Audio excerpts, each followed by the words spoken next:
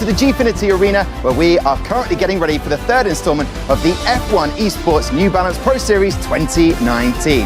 Now, we've reached the midway point and currently David Tonizza leads the pack. Having said that though, there are still 6 races remaining, which means it's all still to play for. Here we go then. Who's going to get the best start? Tonizza is back and he takes victory in Austria. Cedric Tomei takes the win. Here comes Marcel Kiefer. He wins in the F1 Esports Pro Series. This series is not a one-horse race by any stretch of the imagination.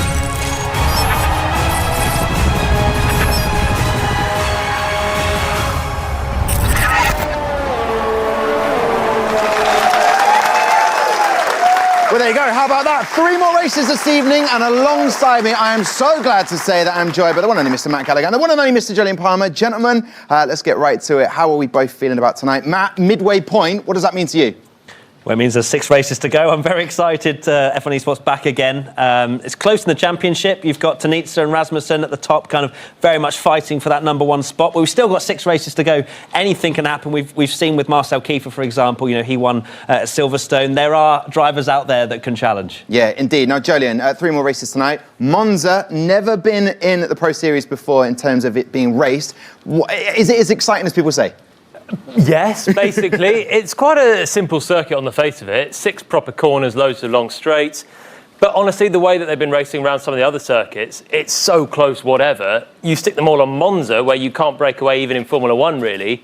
It's going to be a thriller. Yeah, and as Matt said, I mean, obviously, everybody is raising their game now. Marcel Kiefer winning at Silverstone. This means anybody could win tonight, potentially. Yeah, they're all so close. The qualifying times, it's hundredths separating most of them and just tenths separating the entire field.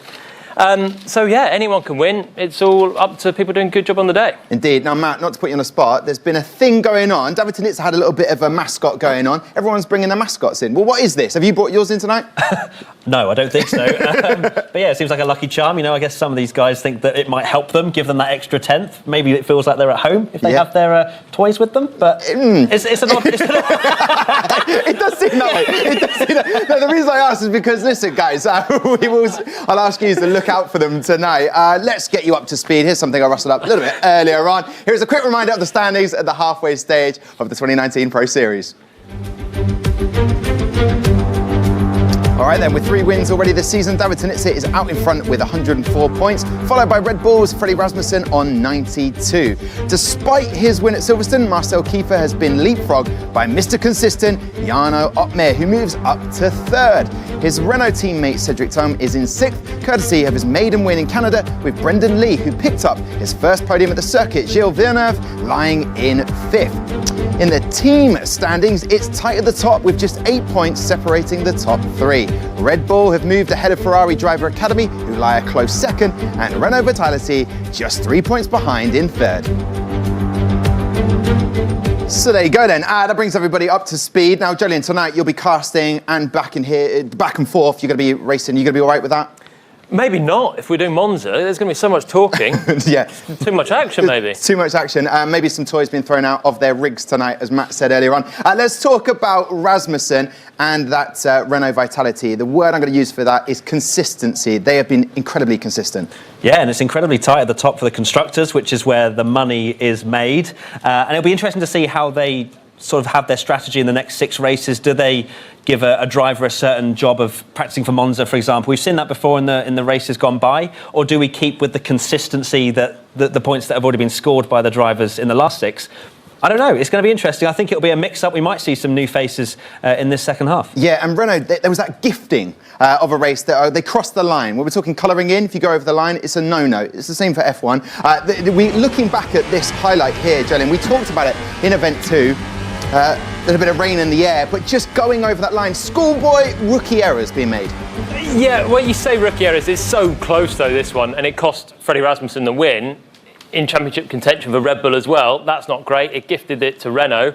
And small mistakes like that can have big consequences, especially when the field's so tight. Yeah, small margins are there to be gained. David Tonizza, out of nowhere in the draft this year, Ferrari picked him up.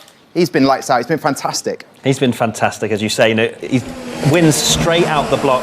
Although the pack are catching him, and we've seen that in the championship standings. You've got Rasmussen very close as well, but he's very much got a huge amount of points on the board already, and he is very much the one. Yeah, just watching him win in Austria, and he's just cool. And there's the toy. We've seen the first toy of this evening. That's Matt Gallagher's words, not mine. I've been calling it mascot. But nevertheless, we move on to Marcel Kiefer. That win at Silverstone, you've already touched on it. It gives everybody a boost, and him in particular, you know you've got the ability, and now to get that first win under your belt, you know, you can go on and potentially sort of challenge for the title. You'd hope there's some way to go because the top two have broken away a little bit, Rasmussen and Tonizza, but it's confidence inspiring, definitely. You get the first win, the monkey off your back, you can go and charge, you know you can do it, so why not do it every race, basically? That's a tough ask, but at least regularly challenging. Okay, perfect. Gentlemen, stick around because after claiming his maiden win in the Pro Series at Silverstone, Marcel Kiefer boasted here on this very stage of his relentless training schedule. Still, even the most dedicated drivers need a break every now and then. We join Marcel as he let someone else do the driving whilst he took in the sights of London.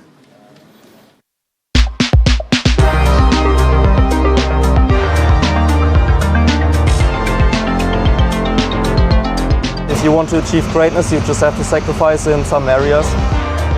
I see myself as my limit. I don't need anyone to kind of prove a point.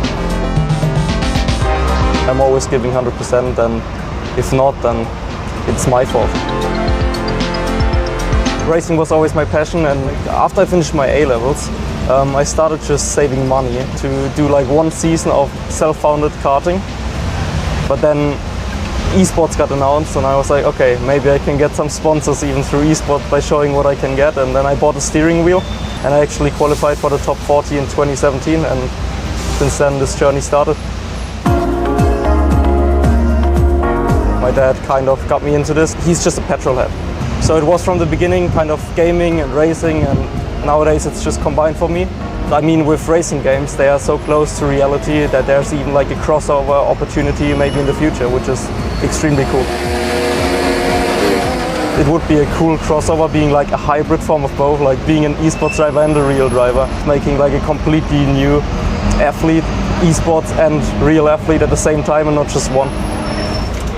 It's really nice. Can't imagine how they build all of these kind of things back then.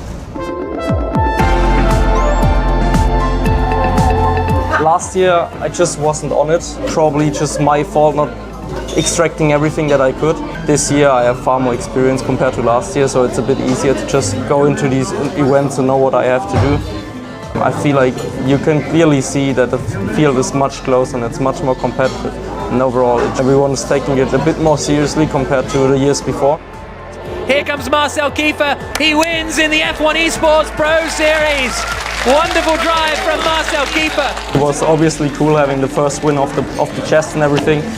It won't change my approach. I still believed already before I won that I'm a winner and that I'm the best. But I don't think it has changed me in the approach or anything that I'm taking it. I still believe that everyone is really, really close and everyone has the raw talent to do it. I think that I'm better than anyone else, but that's just, if I wouldn't approach it that way, then I shouldn't be in this competition or in any kind of competition. Love that. Proper day out in London, travelling around. It's not cheap, that, so that's a good day out for Marcel. Listen, Matt, he in that race at Silverstone, it was incredible. It came down pretty much to an overtake that got him that win, but he's done enough to prove that he shouldn't be forgotten about. He had a fantastic race at Silverstone, and we can see that race-winning move going into Stowe Corner. He had the pace, he noticed that, was up there in the front sort of 3 or 4. He qualified well as well, which is very important in this 25% F1 Esports Series, and then took the victory. It was very much a case of no nerves. I'll have the 25 points, and he was very happy with that. Yeah, he said, Jolien, he's not going to let it get to him, but I've noticed a bit of a swagger as he's been walking around. He did mention, though, it's not going to change his approach. Should he change his approach, or is that the right thing to do? Well, don't change it if you're winning. That's the main thing. He's been up there for quite a while and finally gets that win. Cold hard killer. Keep doing it again. Just if it ain't broke, don't fix it. Yeah, and he mentioned that he wants to be a hybrid driver, or that's how he's approaching this, so that potentially moving from F1 Esports Sim to actual racing. What qualities can he take from this to head into that sort of field? Well, firstly, they're driving a car, although it's on a game. Yeah. They're still driving a car, so he's still on the racing line, still on all the basics. But mainly the psychological aspects. The level of competition is so high here. Going into actual racing on a track, that level of digging deep and trying to do everything you can to beat the competition will probably stand him in pretty good stead. Yeah, and Matt, obviously his home track, Hockenheim, he should be, the pressure's on him. You know, this is your home advantage. You know it better than any other, right? I think he'll be okay. Okay. But Hockenheim is a very short track, so it will be very close in qualifying, I expect, and in the race. There should be a lot of slipstream, a lot of overtakes, and I'm very excited. Okay, Matt, guess what? One of us has to... Actually, no, it's Jolien. Jolien, you have to leave now. It's just going to be me and Matt. Off you go. Because Jolien is heading into the casting area. Let's look at the grid and how they stand going into this race. So, Matt, what do they have to do to progress at Hockenheim? Joni Tommler back. He did so well last year, and there he is second. Yeah, great front row for Joni Tommler. Jarno Opmeer, what a fantastic qualifying from him. Usually you'd expect with a 109 that it would be quite a short track and therefore maybe half a tenth between the first few, but he absolutely smashed qualifying. Danny Beresnay hasn't won yet this F1 Esports Series, up in third. You've got Freddy Rasmussen down in seventh. You don't usually see him that far down, so it'll be interesting to see how, with his calm approach, he's able to get through the field. Marcel Kiefer, we just spoke about him in ninth there. How is the Hockenheim 25% of the racetrack for him to push up? Yeah, it's going to be quite difficult because they're quite closely matched in pace, but we've seen that throughout most of this series. It's going to be overtakes into the hairpin after the long straight. I think that's going to be his main opportunity. Okay, all right then. Well, listen, we'll get ready for this. Well, actually, I think that's probably given Jolien enough time. He is pretty quick to get up into the casting area, so we'll go right there now for race one. Hopefully, Jolien is up there. I'll pass him over to Jolien. Davide Valsecchi back in the building, and of course, Jack Nicholls. Yes, thank you very much, Tom. Jolien has made it here. Thank you very much for passing him over to me. I'm very, very grateful Quick as for a that. flash, that was. Quick as a flash. That should be your Hamilton as Still I Rise. Should Quick be as a Jolien flash, Palmer, Palmer. quick as a flash. I like that. Hockenheim, Davide, talk to me. Will be interesting. There's a long straight where you can make the difference, and remember, there's this hairpin where all the driver they can try the overtakes. So very, very big breaking point there. Yeah, we do tend to see a lot of good overtaking on this new Hockenheim. It's very possible, yeah. There's two real sections of it. The hairpin section, as Davide said, then the stadium section, which is quite tight, twisty, easy to make mistakes as well. So you've got keeping it neat, but then a bit of a dive bomb, potentially DRS into the hairpin. Should be good. Okay, so let's have a look at this Hockenheim circuit that the guys have just been describing. You see the start finish there, and then there's that long run all the way up towards turn 6 from detection 1 to the DRS zone. That's where we're going to see, I would have thought, the majority of the overtaking, and then you come into this brilliant stadium section as well at the end of the lap through 15, 13, 14, don't know why I did the numbers in that order, but that sort of last section is really cool and a bit more old school as well. Yeah, and will be extremely important, the strategy, because remember, last few races they were compromised or win by the strategy, so it's the key point for the driver. Took the right moment to have the pit stop and don't lose any position and time in the track. So it's Jarno Opmeer on pole position, it's Joni Tommler alongside him on the front row of the grid. Championship-wise, David Tonizza starts in 4th place. He's the man leading the championship. And Freddy Rasmussen is down in 7th position. So he's got quite a bit of work to do if he wants to make his way back up the order. So we're about to get going with the race in Hockenheim. It's Opmeer and Tommler on the front row. All 5 lights are on. And we're racing in Germany. It's a pretty decent start from Jarno Opmeer. Joni Tommler gets the better getaway. Oh, goodness me. The better getaway, though. Great start to the race for Tommler, less so for me, and Opmeer drops into 2nd position. Tonizza into 3rd place already. Biancolillo is battling in there in the Toro Rosso. It's the first time we've seen him race this season, and he's ahead of Bono Guis, but behind Daniel Beresnay in the Alfa Romeo. But this is where they're going to get a load of slipstream, heading up the back straight towards the hairpin right-hander of turn 6, and Tommler's got away there, hasn't he? There's the lunge from Tonizza, and that's 2nd place for the Ferrari driver, is it? The Renault of Opmeer hanging on around the outside, still going to be side by side as they come into this little stadium complex, and Tonizza can't quite get it. He's still trying to hold on, and finally it's Opmeer who holds on to 2nd position. Goodness me, what a good race that was, Davide. It was impressive, Tonizza, but he was on the outside line for the left corner and he lost the position of Opmeer. Then he came back after a disaster start because he was there from pole position. He lost immediately the position and now he's trying to catch it up because look, he's a bit of a gap between him and the leadership. On board with David Tonizza then in third place. Tormola's disappearing up the road. Wow, Tormola, he made a huge difference. He's only 3 sector. It was just impressive. He's flying away. And here there is a bit of battle, so they're losing probably some pressure time. Otmir on the medium tyre compared to Tormola out front on the soft. Now that probably explains the start of Tormola and why Otmir was on the back foot, firstly losing the place to Tormola, but then Tonizza diving on the inside of this corner and he's having to defend it this time. Covers the inside, does the Renault driver. You've also got the Alfa Romeo of Daniel Berejné in there. Freddy Rasmussen trying to force his way past the Toro Rosso, and the Red Bull might be up into 5th place there. We're on board with Berejné, hard on the brakes. Into the left-hander, now through 9 and 10 and down towards the stadium section. A little look behind for Berejné, and he'll see that it's Freddy Rasmussen behind him, the man chasing David Tonizza in front in the Ferrari for the championship. A 5-second time penalty there for Sally Sauter. He's cut the corner somewhere out there on the circuit. Lap 2 of 17. Immediately extremely important the exit of this corner, because then you have the start of the straight, a fast corner on the right, and you need to be very close to your rival to try to overtake the next chicane.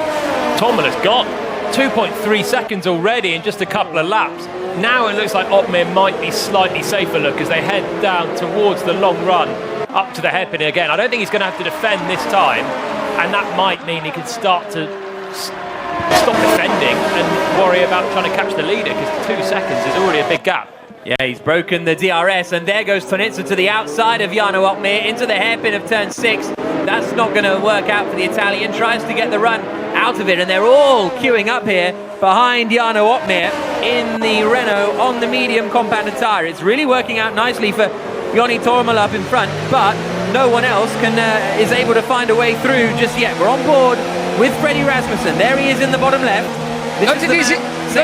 Sorry, Jake, No, because it's not an easy condition for him. He's 5th, and he can see his rival for the championship just 2 positions in front of him, Tonizza. So you want to attack, but you have in the middle Berejné, that was one of the strongest from the last season. So not an easy one to overtake. Yeah, Berejné struggled in the opening round, but he looks to be a bit more back on form here. And DRS open again. Tormola must be loving this. Absolutely checking out again. 4/10 clear on that lap as well, and because the DRS is open now, Otmir's still under pressure. He looked like he was just starting to break away slightly, but now Tonizza's going to have DRS. This time it should be pretty possible up to the hairpin.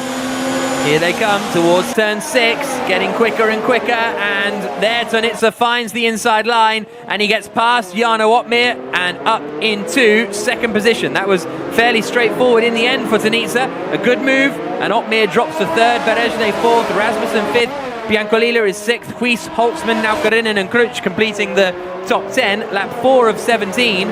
When are these soft drivers going to pit? That's going to be one of the questions. But it's good to see Joni Tormola at the front, because he had a very strong first couple of years in F1 Esports, but struggled a little bit in the opening races here, and now he is back at the front. Tormola leading 2.7 seconds ahead of Tonizza. What will Tonizza's pace now be? Well, he's got Otmir still within 4/10, and Otmir should have the DRS on him. So they're in this DRS train, but because Tormola's opening laps was so good, he's just checking out, and he doesn't have to worry about this. We've got a couple of pitters already now. Rasmussen, I think, got the pit, because he was 4th, and now he's the first man in the pit lane. Check it out about the pit stop. If he's going to have some traffic, it was just perfect. So lucky time for him now. Soft compounds, and he has to show how easy speed.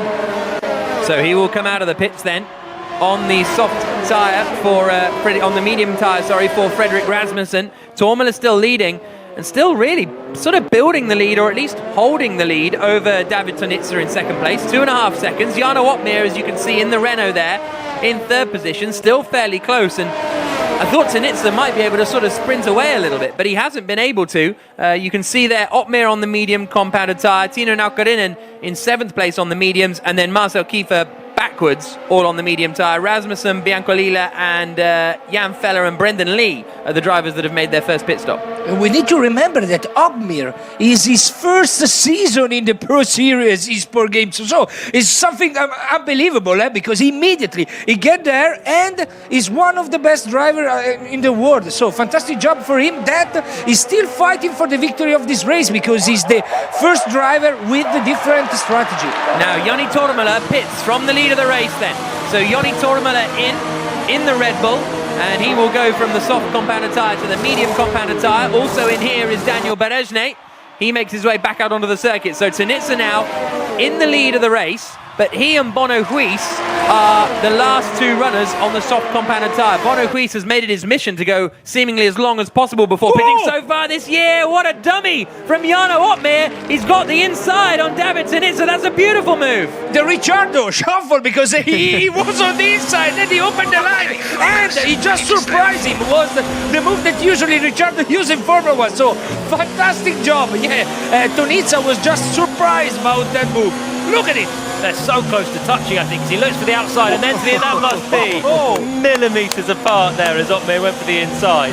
Just a late dummy, and he's pulled it off. He's just about broken a bit clear. That's hurt Tonizza massively, because with everyone else in the pits, they're not fighting. They've got clear air, and they should be able to go much quicker. He's diving in this time, but he might have lost out a lot with that one. Yeah, we'll see where he shuffles out, David Tonizza. He was in second position before this round of pit stops. So Tino Naukkarinen now moves into the lead of the race because he doesn't pit, nor does, oh no, the McLaren of Bono Huis does come in there in front. Good stop for Tonizza, but where's he going to come out with regards to the rest of the field? Pulling to the exit of the pit lane now. He'll be looking to his left. There goes Joni Tormala.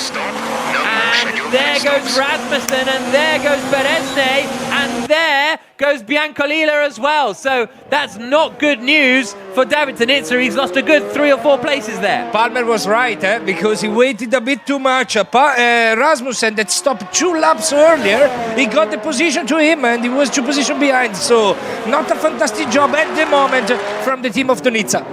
And here is Tonizza on the fight back immediately, lunging one up the inside of Biancolila, the 19-year-old Italian, and Tonizza has got through.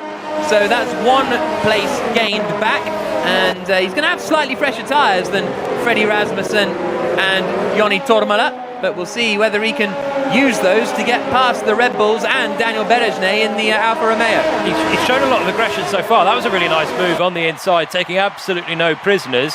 On the first lap, he did a nice one as well, down to that hairpin on Opmeer, but he couldn't make it stick. He's got fresher tyres, as you say, so he's got to try and make the most of that, because he's got Berezne and Rasmussen. And don't forget Opmeer, who's going to pit later on. He's still on those medium tyres that he started on.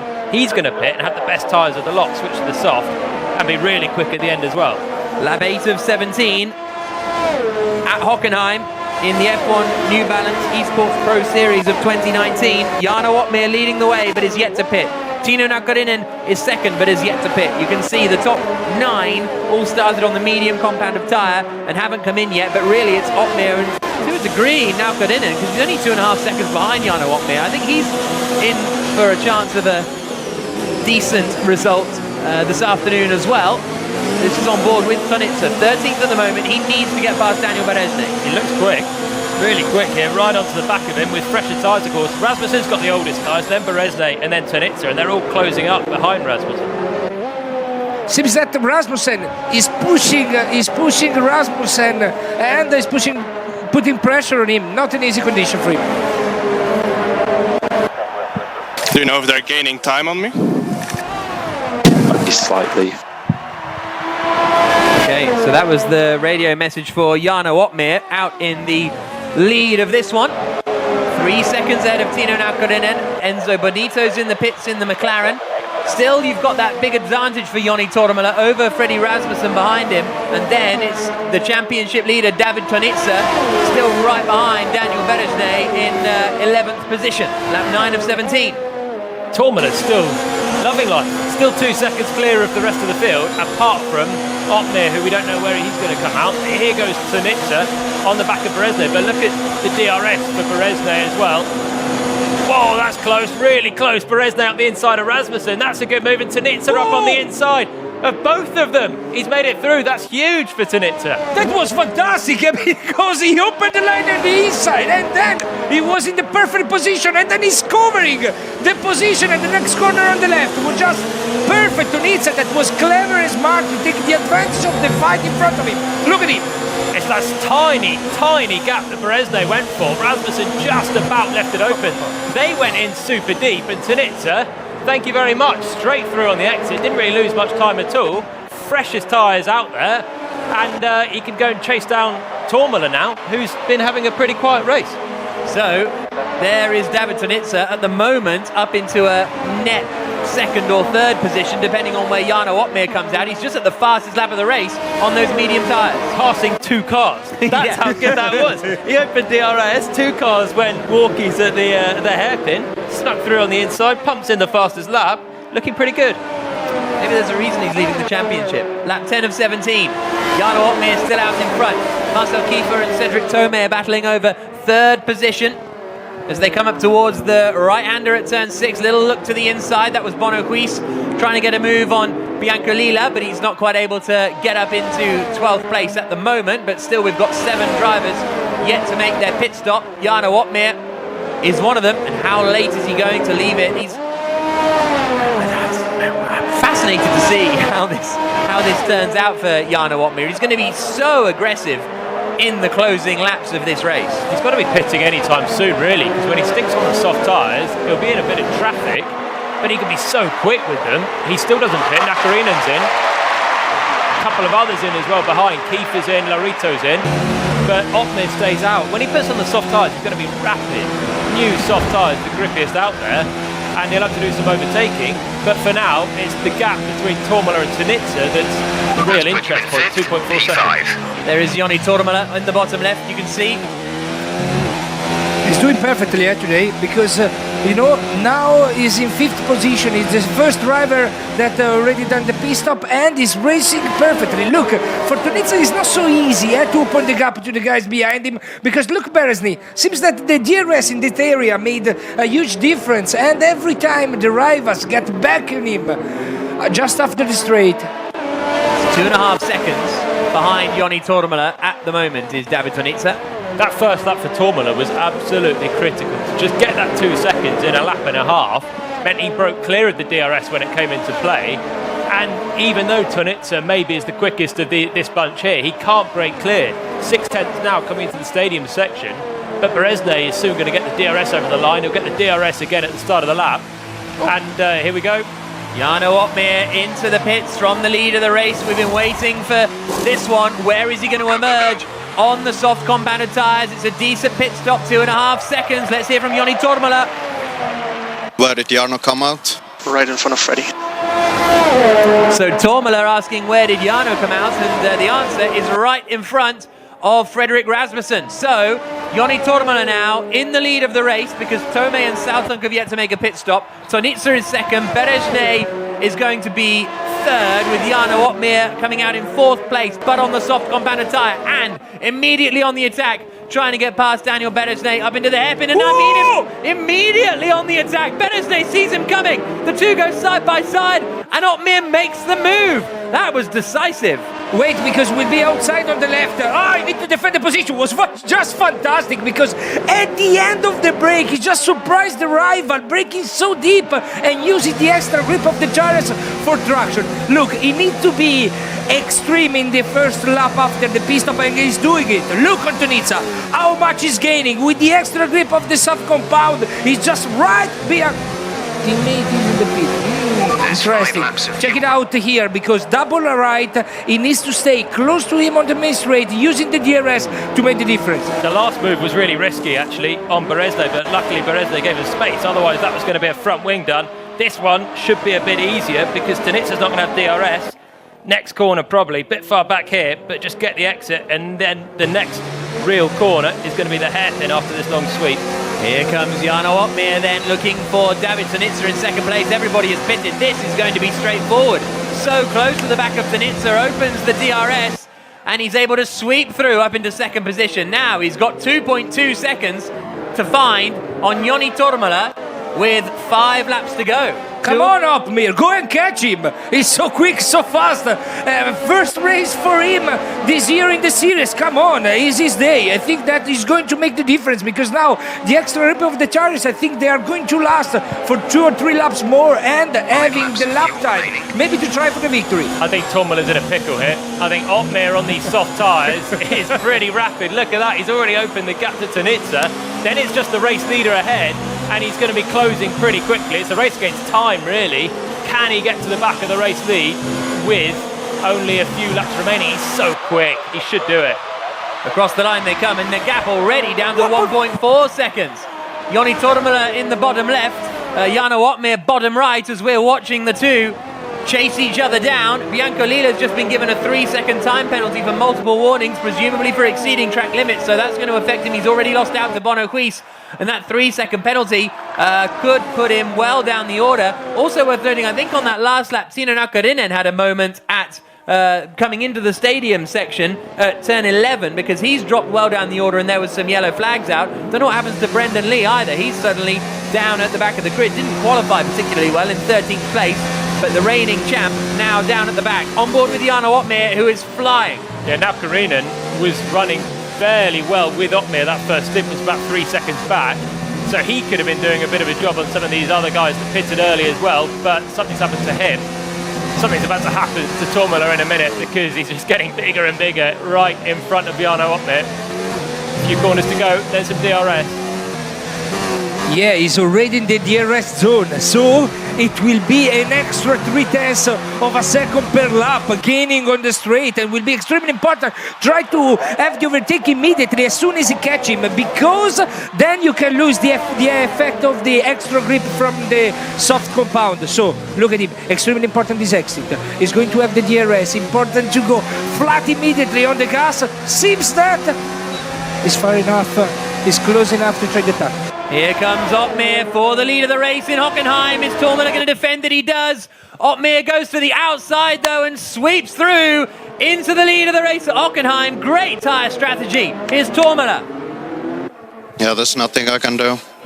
Copy. Yeah, he's not wrong. He's right. You're right. He's right. He's driving perfectly, Tourmala. He's just managing to be the best of the other, because today, Opmeer, it's just something different. He was clever to choose the different strategy, but the strength of his race was at the beginning. With the medium compound, he was able to maintain the lap time of the others with the softer compound. So it was just fantastic. When he got the extra grip, he's flying. So Opmeer today is the man. Strategy is the order of the day, really, isn't it? Because he was right there at the start on the mediums. He managed to keep with everyone apart from Tourmala at the start, and that meant when everyone pitted, he just kept out there, stayed putting in some good laps, and came out on the fresh tyres, and that's the difference. It's just so visible, isn't it? Opmeer on the fresh soft tyres, everyone else on a medium tyre. Easy pickings. There was nothing Tourmala could do, defend the inside or the outside. It was basically moved done before they got to the braking zone. Penultimate lap of the race, lap 16 of 17. We're on board with Freddy Rasmussen. In the grand scheme of the championship battle, David Tonizza is going to be extending his 12-point advantage here because he's got third place at the moment. Rasmussen's got fifth, and Tonizza, though, that's as it stands, because Daniel Berejne in the Alfa Romeo right up behind him in the battle for the final podium spot. And Rasmussen's in there as well. Tonizza passed Berejne straight out of the pits, didn't he? And now he's not been able to shake him off. I thought he was going to do it. It was the 2-in-1 move that Tonizza put in. Yeah. But he's not able to shake off Berejne. And also, you've got Rasmussen still there as well. So they're championship rivals with Berejne in the middle. And I'm sure Rasmussen would love to be able to put in some sort of attempt to try and pass Tonizza as well. Is he going to get there? There's going to be one lap remaining. But it's going to be pretty tight for Tonizza down at the hairpin next time. Here they come over the line to start the final lap. Jarno Opmeer leading the way, 1.6 seconds ahead of Joni Tourmala in second position. What a good drive this has been from Jarno Opmeer. He's had podium finishes in the past, but is he going to clinch his first race victory in the F1 New Balance Esports Pro Series of 2019? This is the battle for third though. Daniel Berejne, he's going to get the DRS. He's going to close in on the back of Tonizza. Tonizza's not going to have DRS here. This is going to be so close for third place. Tonizza covers the inside. Berejne to the outside in the Alfa. The two almost bang wheels, and Rasmussen sends it in. There's almost a bit of contact there, but nothing doing. Tonizza holds on to that third place, just about. He defended very well the position at Tonizza because he closed the line till the white line was completely on the inside, and then he opened a bit the line just to force a bit Beresny being wide, and was the key to maintain the podium position because it means podium for Tonizza. But look up, it was just unbelievable. 2 seconds in front of everyone. Yeah, I think this has been one of the strongest performances in the history of F1 Esports here today. Jarno Opmeer out across the line to take victory in Hockenheim. Great race from Opmeer. Tormela second. Tonizza extends his championship lead with a third place finish, just holding off Daniel Beresny in fourth. Freddy Rasmussen completing the top 5. Huis, Holtzman, Kiefer and Biancolila completing the top 7. What an entertaining race that was. Hockenheim always provides some great racing, but it was that strategy from Jarno Opmeer in that first stint as well. It was inspired. It all came from actually the starting tyres. Starting on the medium meant he could go long, could switch to the soft at the end, which no one else could. Good incisive overtaking, but there was not much they could do. Do you think that's going to change anyone else's approach going forward? Now they've seen you can start on the harder tyre and win the race. Probably yes, but you need to have this poor talent, because in terms of speed, this match today was just unbelievable. So I think that to do the stuff that Opmeer did today, you need to have the good strategy, but then the skills about speed. Yeah, absolutely. Well, let's go and hear from Jarno Opmeer, the race winner in Hockenheim, and he is talking to Rosanna Tennant. I'm with Jarno Opmeer. Congratulations, your first ever win. Yeah, thank you. It was perfect, just perfect qualifying and then perfect strategy executed. You had the best strategy there, the soft tyre at the end, but a superb drive as well. Tell me how it felt out there. Yeah, when I was on lap 10, 11, I was not sure if it was going to be the right strategy, but then I came out of the pits and I rejoined in P3 or P4. So then straight away I knew I was going to have a huge pace advantage for the next 5 laps. Yeah, I made the right moves, the right moment, and then it was well, the last overtake was quite easy. So yeah. Yoni, bad luck. You look disappointed. Is that how you're feeling? Yeah, I'm disappointed. I thought I won the race already in the beginning when I pulled like almost a 3-second gap, but in the end I couldn't do anything because Jarno had soft tires and I was with mediums. But still really good points for the team, and we should be leading the championship by more now. And just a quick word on your moustache. Is this for Movember? Yes and no. It's kind of a bet. I'm going to shave it off when I win a race, and it wasn't just time, so... You can put the razor back for now. Perhaps a bit later on you can get it out. Maybe. Let's see. Now, I hope that Joni Tormela wins a race before F1 2020, but otherwise he'll be a very, very hairy man. Let's talk about a couple of highlights from this race. This one is cheeky as anything. Tonizza sees these two racing very hard indeed and just goes up the inside, has a double overtake, beautiful move into the hairpin, puts him in a net P2, I think, at the time. This is now on board with Beresny. A beautiful move up the inside, to be fair, but you can see just about there. Oh, we'll do a little circle like that. Beautiful. The front right locks up just slightly, washes him out, and therefore he can then not make the corner. He actually does pass Rasmussen, but then loses position to Tonizza, so it kind of neutralises itself out. And then Opmeer. I mean, he had an absolutely fantastic race. He started on the mediums. His pace on the mediums, I think, was more impressive than the softs, to be honest, because he managed to stay in contention the entire race. His mediums pace was unbelievable. He pulled away from the rest of the field. He had 3 seconds at least to the next medium runner. And, well, I mean, it was a completely faultless drive from him. And then, you know, he came out the pits here on the soft tyres. And a lot of these guys, you know, they might have pace, but they can't make the move stick. He absolutely made it stick from the get-go, pretty much. He got past Beresny pretty much straight away. What a beautiful move this is into the hairpin. He then dispatches Tonizza as well, and then finally catches Tormela with a couple of laps to go. Easy peasy lemon squeezy. What a great first win for Jarno Opmeer.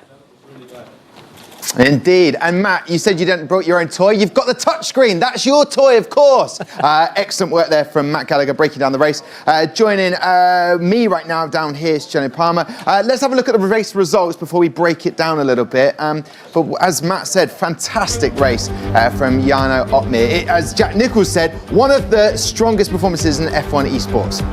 Yeah, hard to disagree really. Over 2 seconds to the win, and we've seen so many races that are just nip and tuck all the way to the last corner. That one, it looked like it was Joni Tormela's easy win until the late pit stop, the charge on the soft tyres. easy peasy, and good bit of racing from him. Indeed, and there's the Drivers' Championship. So the points difference now, Freddy Rasmussen 102, they're still out there in the top. David Tonizza, there was some lovely manoeuvring for a hairpin. You said both him and Berezny had gone walkies. Tonizza came round. You said that was where some of the action was going to be happening, but fantastic race from him as well. But Joni Tourmala, what a strong start from him. Got the tactics, he went with the medium tyres to begin with, but a great start from him. Yeah, that was crucial to his race, really. Straight on the inside. He was on the soft, which helped him just get that brilliant start against Otmir, and then crucially broke the DRS. So that meant that everyone else was left scrapping around, losing time. Tourmala just chilling out front. I'm sure he wasn't actually chilling, but he had a nice 2-second gap and could just manage it. He said it himself. He thought he was going to win it after that start, but he couldn't. He did indeed. Now, obviously, if you're playing the F1 2019 game, you've got Jeff on the team radio. There was one moment where Joni Tourmala was like, there's nothing I can do, and you guys agreed. However, Jan Otmir, fantastic from him. Great strategy. What's the difference between that soft? He started with the soft, medium tyres and then went to soft. It sort of worked for him in that sense, didn't it? Yeah, it meant that he was always going to go longer in the race. So he actually had less grip at the start. He lost a place, was struggling a little bit with Tonizza as well. Put a beautiful move, that Ricciardo-style dummy. But it was difficult for him early on the medium. But that meant he got the payback later on, pitted later, went for the soft tyres, they're quicker, and he made mincemeat of everyone once he put them on. So quick, no one could defend. And the first bit of the race was maybe quite tough, but the second bit, super easy. Yeah, there's a man just behind me, so I'm going to talk quite quietly. I'm going to talk about Brendan Lee. Struggling a little bit. Current champ, as it still stands. We know what he can do, but it just hasn't been going right for him. Rubbing the eyes, it just seems a bit perplexed. And what happens here? Well, this is early on, and he's just caught himself out, really, on the back of Salton, that is. And, yeah, scrappy stuff. The whole season hasn't really gone his way. There's been flashes where you think, now he's going to come to the fore. Remember the Canada race, and he was sort of getting there, not quite. That was another one where... Yeah, and he got a penalty for that. But obviously we know the ability he has, so you can't write any of these drivers off. You know, maybe, look, that race there, Hockenheim, we move on to the next one, Spa. That's when we expect to see Brendan at any point. Yeah, and they're all so close. This is what we shouldn't forget. We're seeing Tonizza, Rasmussen generally consistently at the front. And that's brilliant when hundredths make a difference. And the same thing, Brendan Lee might qualify 18th. He might qualify the next one on pole. It's just so close. Spa's another circuit you can overtake on. It was on the calendar last year. He was quick there as well. So you never know. Let's watch this space. And also, credit to you as well for getting up and down to the casting, back down here. Quick as a flash. Epic work, quick as a flash. There you go then, an action-packed start to the show and another new race winner for the 2019 Pro Series. But no time to dwell on that as we're heading to Spa after the break.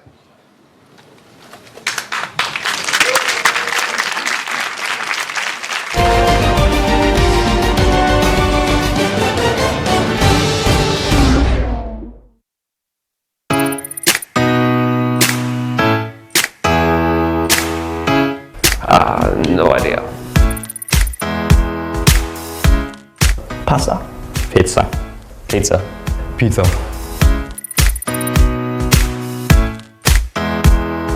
Restaurant. Eat out. Eat out. Takeaway. Takeaway. That would be a good movie. Takeaway. Hotel. Takeaway. Eat out. Takeaway. My hidden talents. I have a lot of talents probably, but I don't know. I'm not sure. Do I have hidden talents? Win a race. I would rather win the race, definitely, because that's the main thing for the championship. I don't know. Win a race. Win the race. Win the race. I don't really do much karaoke. I've never done karaoke. The Greatest Showman. Eye of the Tiger, Rocky. Karaoke song. I never listen to karaoke songs, or I don't know what it is. Don't have one. I don't know. Kimi Raikkonen's is Proud Mary by Tina Turner. My favorite karaoke song? I never did karaoke in my life. Oh God. Does this count?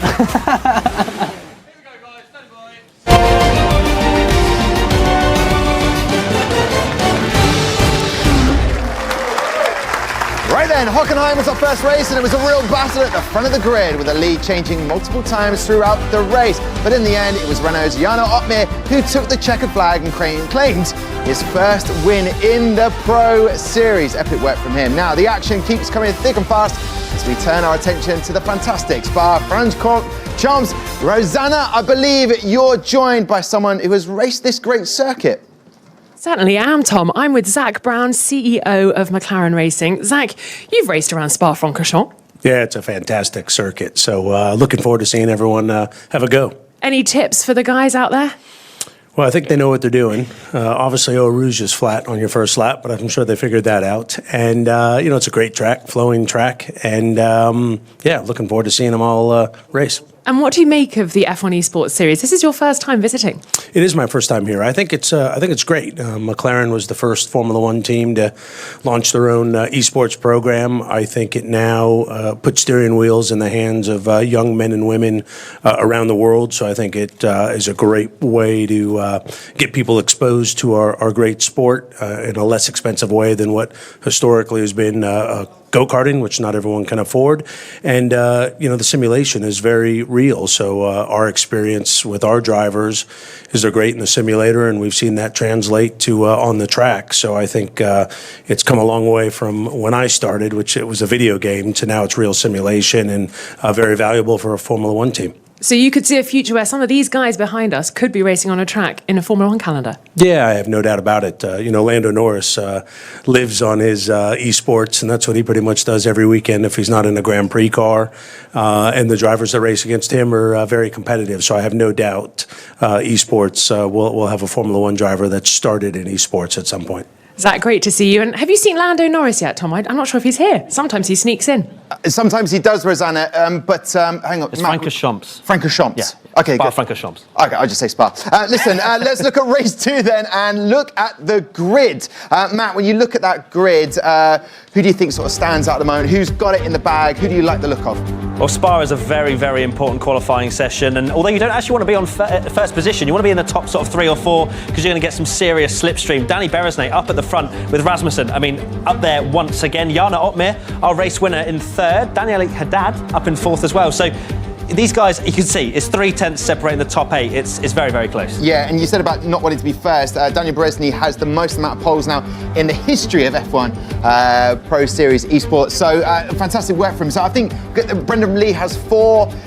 Daniel Beresny knows he's got that calibre, got those 5. But down there at the bottom, the Haas, at least they're not 19th or 20th in this race, in qualifiers. Exactly, and 6/10 separating the top 20. And the reason you don't want to start in first position is because of the slipstream. Going down the Kemmel Straight, you want to be behind a couple of cars, getting that speed, and then hopefully taking the lead. Yeah, okay. Spa-Francorchamps, I'll throw up now. I think I'm getting it there. Listen, I'm going to throw up to Jack Nicholls, to Julian Parr, and of course, Davide Rosecchi. Thank you very much, Tom. Do you know, have you been to a Spa? I've been to a Spa, but not the Spa we're talking about. But you know that Spas are named after Spa? Sure. That's an absolute fact. Oh. That's a genuine fact. I don't know why people don't believe me. It's an actual fact.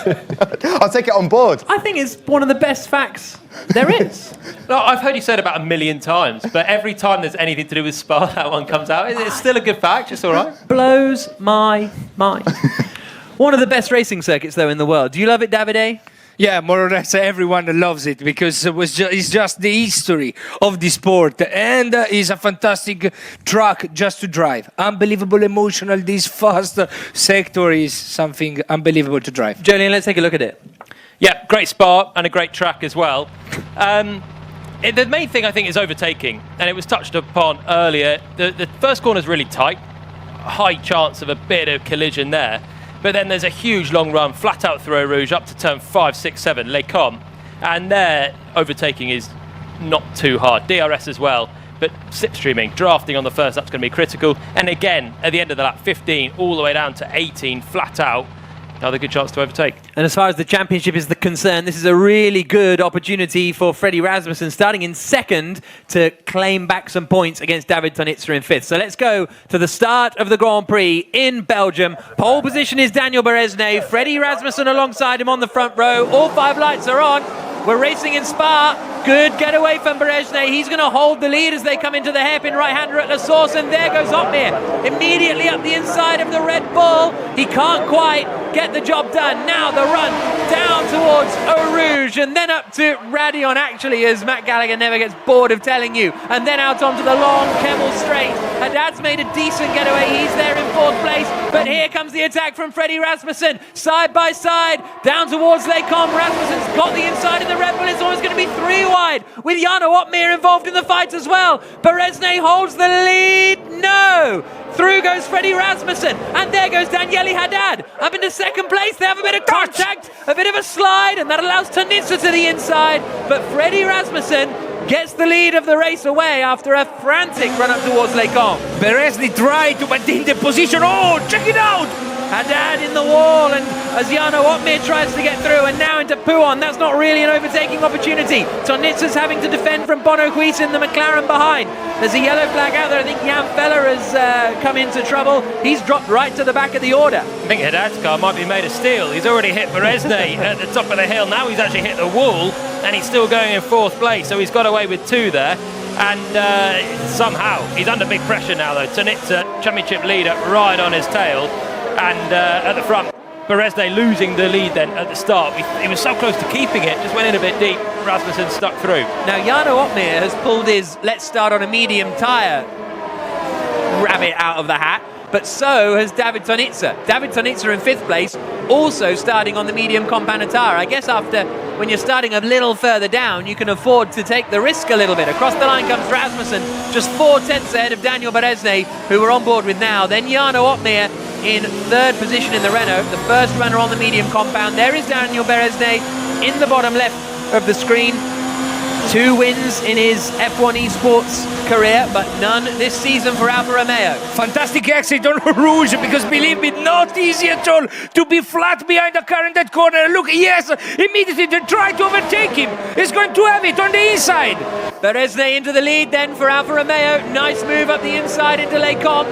Daniele Haddad still in 3rd, well, has got into 3rd place, then ahead of Jarno Opmeer. So good work from the Racing Point driver as they drop down the hill into the long right-hander of Rivage, then the flick left at Speaker's Corner and down towards Pouon once more. These top 2 really pulling away. But if we thought the DRS and the slipstream was going to be important for the last race at Hockenheim, it's going to be even more here. Those 2 long straights. And actually, Rasmussen, he didn't bother defending that one. Yeah. He knew that he was going to be a sitting duck either way for Beresnay. And now he's the one 3/10 away. He'll surely have the run next lap, and he'll have DRS for good measure as well. And they are 2 seconds clear of the 27-year-old Italian Daniele Haddad running in 3rd position. We go on board with Rasmussen, half a second away from Beresnay.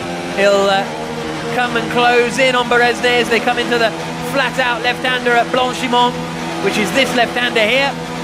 Then down towards the bus stop chicane. No longer the shape of a bus stop, but still the name.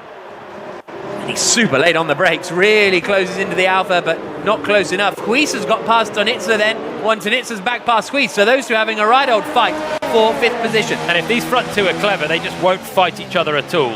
DRS enabled now, he's so close, Rasmussen, to the back of Beresnay, but Beresnay shouldn't defend this, because if they work together, they can actually just check out from Haddad. Haddad's got a load of cars behind him, including Opmeer, Tonizza, really quick drivers. But he might try and defend. That'll just play right into the hands of the top 2. Here we go again. So Rasmussen goes past Beresnay and back into the lead of the race. Beresnay then tucks back into the slipstream, and the 2 continue to pull clear. But how long do you work together for? Like, at what point do you make the decision that actually I'm going to fight? Till 2 laps to the end. Then you want to win. No helps to no one else, and just focus on the victory. Will be extremely important for them. Try to open the gap still a bit more just before the pit stop. So we are lap 3 out of 11. Important to reach at least lap 5, so you can have, with the medium compound, a very long stint, but with not degradation and using too much the tires. Extremely important for them. Rasmussen's had a good lap here. He's up to half a second clear, 2.6 ahead of Haddad. Yeah, I think the way it's going, you don't want to be leading onto the last lap, do you? Because that DRS is just so powerful, up out of Eau Rouge and on the Kemmel Straight. You might just be leading on the last lap, feeling all happy and smug, thinking you're going to win it, and then someone just breezes past. So there's a lot of tactics at play in this one, and right now the top 2 working pretty nicely with each other. Lap 3 of 11, shorter race distance in terms of laps, but that's because it's a much longer circuit at Spa-Francorchamps. And now Bono Huis is right behind David Tonizza, just behind these guys. The McLaren driver, does he get the inside? He goes to the outside of the chicane. Nicely done from the Dutchman. And Tonizza pits at the same time, doesn't he? So David Tonizza coming into the pits, having started, I thought, on the medium compounded tyre. So that's quite early. Yeah, you were right. You're right. Seems that maybe he was not comfortable with the car, and maybe he was struggling with the setup. He just decided he lost the extra performance of the medium compound and changed the tires. But look, now Veresti is coming back. Have the stream, and now he's trying to take the position from the inside. Yeah, it was easy. Just fantastic Veresti, like you said, Palmer. Up, once per lap, and they made the difference. Yeah, I think you said it a bit better than me there, but they've now got about 3 seconds to the car in third. They're dropping away in third, and this battle at the front is not really a battle. They are just working together, and look, you can't even see now. Otmir's passed Haddad on that medium tyre. He might be a factor later on, as he was in the earlier race, but right now they're dropping away.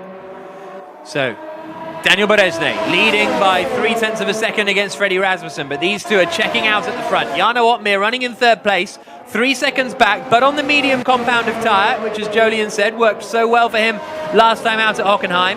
Daniele Haddad is in 4th position, 7 tenths back from Otmir. He's going to be under pressure from Bono Huis before too long, as we go on board with Freddy Rasmussen now. Lap 4 of 11, and he'll close back in, coming towards Blanchimont and the chicane. But when are these soft tyres going to need to pit? That's going to be an interesting question. Are either of them going to come in this time around? Beresne doesn't, and nor does Rasmussen. Tonizza could be in trouble. The way he pitted so early from the medium tyre, he's going to hope that these soft tyres just go on and don't really lose performance. But he's down in 12th place now on the soft tyre. That is a bold strategy for the championship leader. This one could be difficult with Rasmussen, his main rival, still in that lead fight, and surely about to do that switcheroo at the front. Also because the track is hard with the tires, not only with the rear tires, but also with the front. You start to suffer a lot with understeering usually when you go into the race with the same compound. So not an easy challenge for Tonizza, that he needed to drive very well to try to recover position. So many fast corners here. That's why the tyres struggle, particularly the front end, as you say, Davide. And it's actually is a difficult one for the tyres because of the nature of the corners. This one's a slow one that they're in. They didn't actually swap the places this lap, Beresne and Rasmussen, but look how close they are.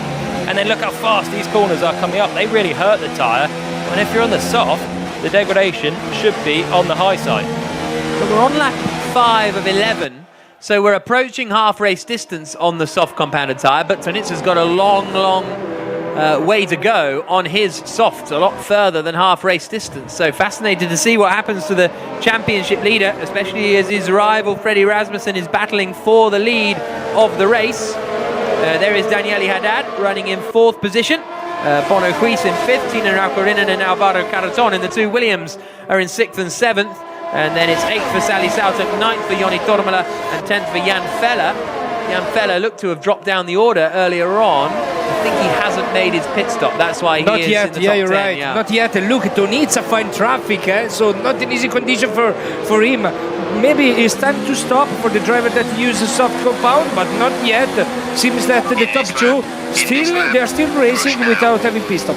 Yeah, they're going a really long way into this. There you can see Daniele Haddad in the bottom left. Normally, we see the soft tyre runners pitting at sort of a quarter race distance, where we're going to be past half at the end of this lap. But look at all those drivers behind Tonizza. They're on the soft tyre as well, so maybe they know something we don't, and the soft tyre actually can go a long way into the race. That's how it seems. And who's pitting there? Saltung and Nakarinen pit.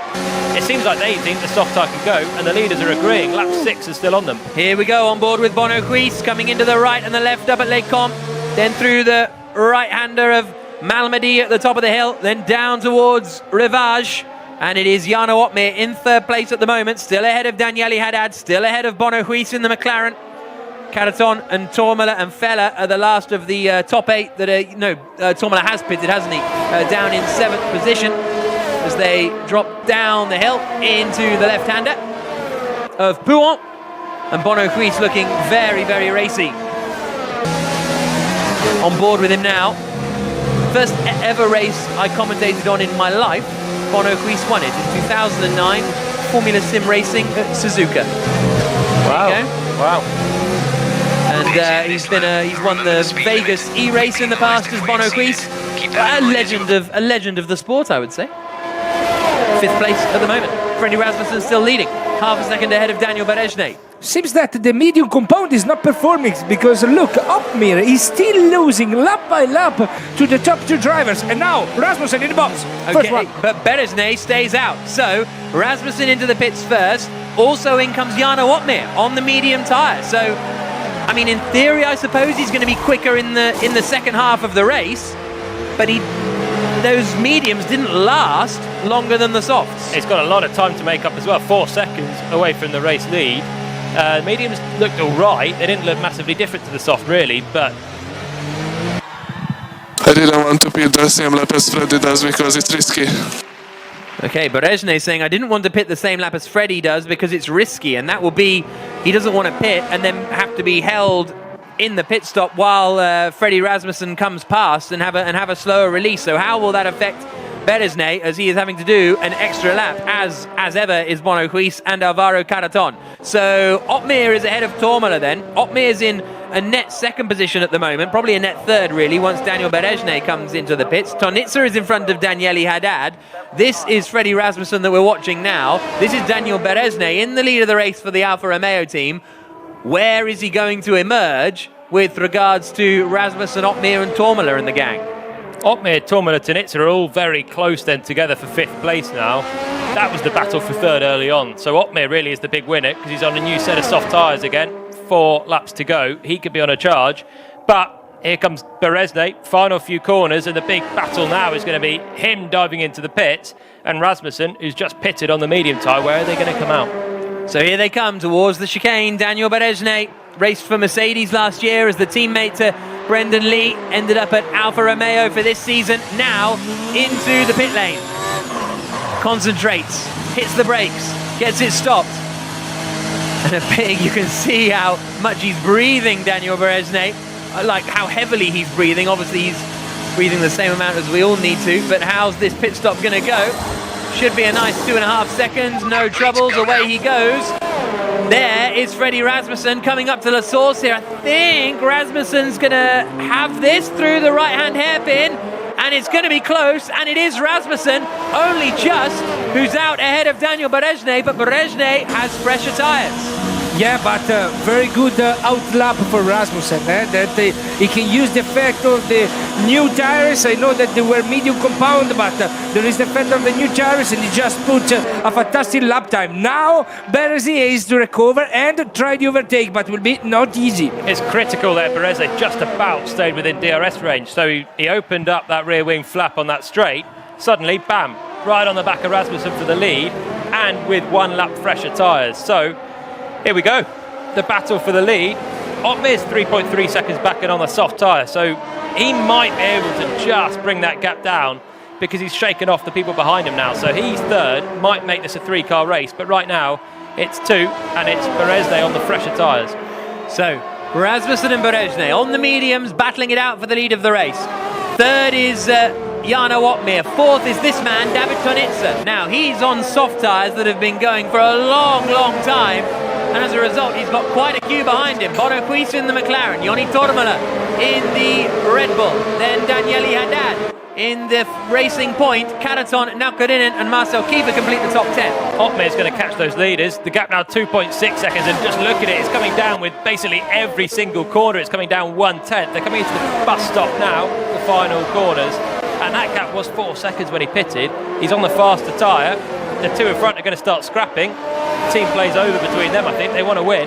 And Opmeer on the fresh tyres is basically having the same race he had last time. Fastest lap this time through, down to 2.4. Very, very important for Rasmussen this race.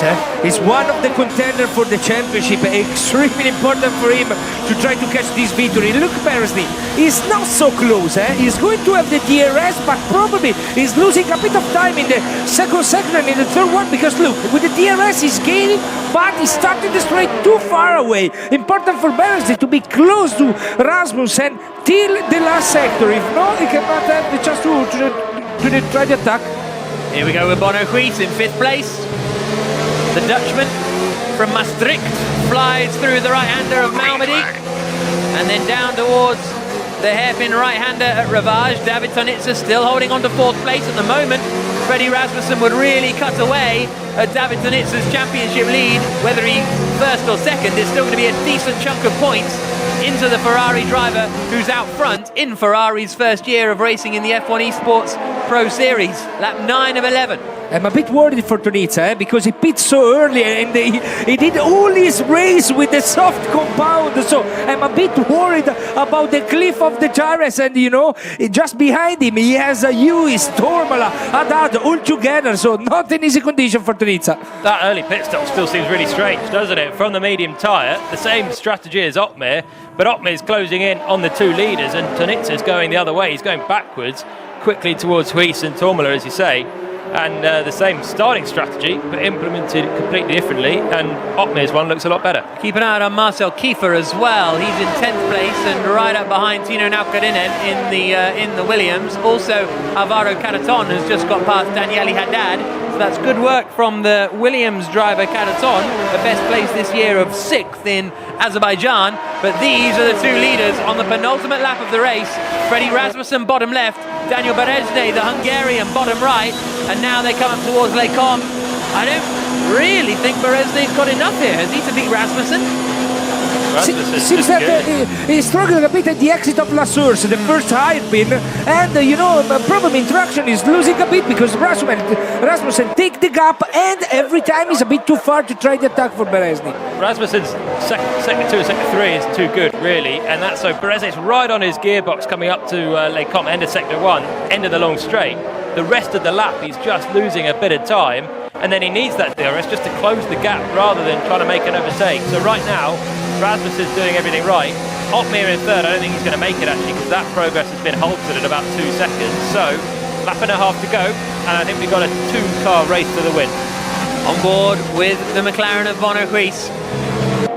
Tonizza heading through Fagnes chicane. Got the 2 Williams there behind, the Caraton in 7th, then Haddad in the Racing Point. Sally Souton's having a good race. He's up into 11th place, having started 14th. Might get a little bit of points for the other Alfa Romeo driver, but we're about to start the final lap, and Berezne is closing in here as they come up to the chicane. Uh-oh for Rasmussen, because this time he's really, really close, just 4/10. He's just got to stay tight now. He'll get DRS over the line. That'll help. This could be an easy one, actually, over the hill. This could be leading on to the last lap, isn't the way forward. Oh, he missed it! Rasmussen's gone in too deep, and that allows Berezne up the inside. It was not voluntary. Was not voluntary, Palmer, because he just missed that corner, believe me. And now he's trying to have the exit that he needed to maintain the position, but will be not so easy because Berezne is too close. They both wanted the DRS. It was a battle for the DRS, so they wanted to go slow through the first corner. Berezne's got it. And there goes Berezne, round the outside and into the lead of the race. Berezne into 1st place on the final lap, and is Rasmussen going to have one more shot at getting through into the bus stop? Down into Ravage. It was Mickey Mouse at turn 1. So was Rasmussen trying to let Berezne through? Yeah, Rasmussen was trying to let Berezne through. Berezne didn't want to go through because the DRS detection's just on the exit. And it worked out perfectly for Berezne because he ended up right on Rasmussen's gearbox and with DRS. The dream scenario, he now leads the race. He's got 2 more corners and then he's got to defend at the bus stop, the final corner of the race. You said at the start that you don't want to be leading this race going on to the final lap. They took that really literally. Yeah, no, they literally did. They knew it. It's that DRS is so powerful at the top of Eau Rouge. They don't have it here, but it's still going to be pretty tight. Here we come then down towards the chicane for the final time. Freddy Rasmussen 3/10 away. Is he going to fancy a lunge coming into the chicane? He's so close. Berezne gets on the brakes, gets it stopped, and it's Daniel Berezne who's going to take the win. Yes! Come on! Yes! Come on! Get in there, my boy! A great fight between Berezne and Rasmussen. Jarno Otmar finishes in 3rd place. It's 4th for David Tonizza. He did brilliantly to hold on with those older soft tyres and take a 4th position. But Freddy Rasmussen has really chipped in to the lead now of David Tonizza at the top of the championship. Well, what a It was a different strategical race to the one we saw in Hockenheim. That was tyres. This was just car positioning. It was all teamwork at the start. As Davide said, basically, the last couple of laps, that started to change. Berezne shut the gap. Neither of them wanted to lead on the last lap. One of them had to, and he ended up losing. Up is how you described it, I think. Yeah, but Rasmussen today was not perfect. You know, last corner before the main straight, he just missed that. I don't know what he thought, but it was wrong. It was wrong, and he lost the race. Berezne was just perfect. Okay, well, let's go down to Rosanna, who is rounding up the drivers. Daniel Berezne is back. Danny, how tight was that? Yeah, it was a pretty close race. Spa-Francorchamps is my well-known favorite track, so I think this was the right place to finally deliver the first victory of the season. I hope I can add one or two or maybe even more. But obviously Freddy and Tonizza is a big challenge for me. And they are always up there. It's very hard to beat them. Freddy is a lot ahead in the championship too, so it says everything. We played some good strategy in the first few runs. We didn't battle with each other. We could run away, and we kept the battling for the last 2 laps. And my strategy with the slipstream and DRS paid off. I was a bit lucky to be behind in the last lap because to defend in Spa it's nearly impossible. I'm really thankful for the clean racing from Freddy. Hopefully we have nice battles like that in the future. Well, it was great to watch, Freddie. I thought you almost had the race victory there. It was just that last lap. Was it a concentration thing? No, if you're in P2 in Spa, you have the advantage because of the long straight. You cannot defend there. I tried to make so that I was P2 getting the DRS, but it didn't work. Danny backed off more than me, so he got the DRS and won the race. Well, great to talk to you both. Good luck for the next race. Thank you very much. Right, let's talk about how these guys were friends at the beginning of the race and then maybe enemies towards the end. This was the first lap, so they weren't particularly helping each other out at all going down the Kemmel Straight for the first time.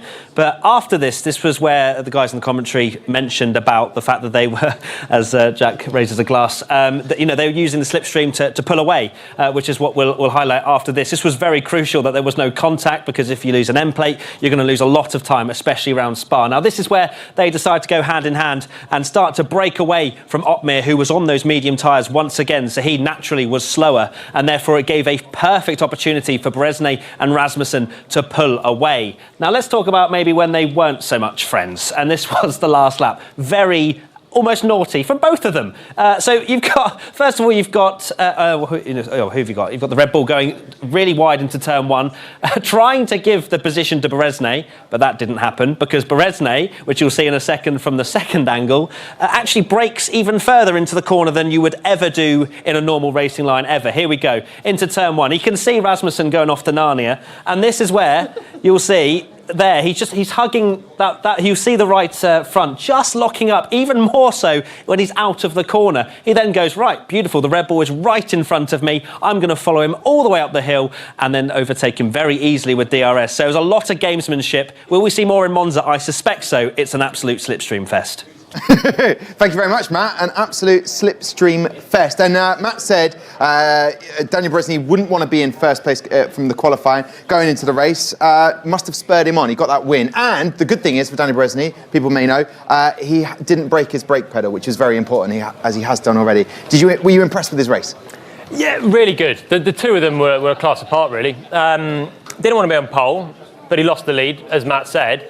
But then neither of them wanted to lead at the last lap. So actually being on pole was good to not lead early on in the race, second at the end, to win on the last lap. Yeah, indeed. Now let's look at the race results then to bring everybody up to speed with the points, as of course very important when it comes to the Drivers' Championship as well. So Daniel Berezne made that move, you remember, from 2018 from Mercedes over to Alfa Romeo Racing, finally paying off for him. And Freddy Rasmussen, Mr. Consistent, getting 18 points there. Here come the standings then for the Drivers' Championship. David Tonizza there, but again now, instead of being 17 points from the last race, it's down to 11 points different between him and Freddy Rasmussen, and Jarno Otmir onto 99. If it was cricket, edgy, dangerous, dicey moments. But listen, I want to talk about Jarno Otmir. Did he pit too late in that race?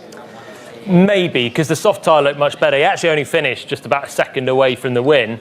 Another couple of laps on that soft tyre, we could have had a 3-car race. So he basically did the same strategy as one in that race in Hockenheim, didn't quite pay off that time. Okay, well listen, Julian, rest up. We've got another race on the way. And as I say, just one left to run this evening, and it is an absolute cracker. After the break, we're heading to arguably the fastest circuit on the F1 calendar, Monza. Now, someone who is going to be particularly excited is Lucas Blakely.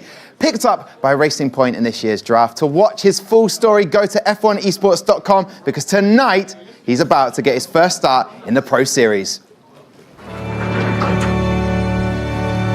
This is my first ever car. Not complete, but it is my very first chassis. Once I was driving, I just knew immediately that this is what I want to do, this is my passion, this is exactly what I've been watching my whole life, and this is exactly where I want to spend all my time. Well, we could have gone all the way to the top, along with many of the other boys that were on our team, but unfortunately, disposable cash isn't available nowadays, and money is just everything in motorsport. F1 Esports came along, I think it was 2017. This could be another way of competing. Not getting picked in 2018, it broke me.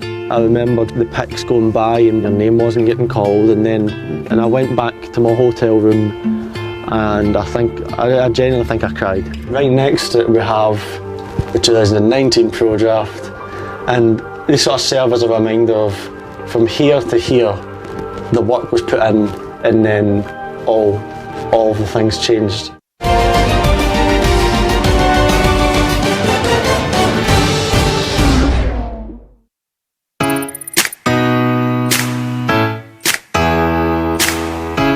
What are you trying to say?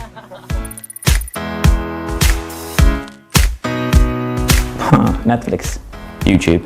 I do have account on Netflix. YouTube. Netflix. Both of them, I can't choose one. YouTube, because I don't officially own any Netflix. I get it from someone else. Instagram. Twitter. Instagram. Twitter. Instagram. My favorite app, Instagram, I think. WhatsApp. So WhatsApp, Instagram, and yeah, more or less them. Don't have one. Instagram. Favorite app? The F1 app. WhatsApp. Okay, we'll go Discord. Probably WhatsApp, yeah, because I like talking to people. Probably Twitter.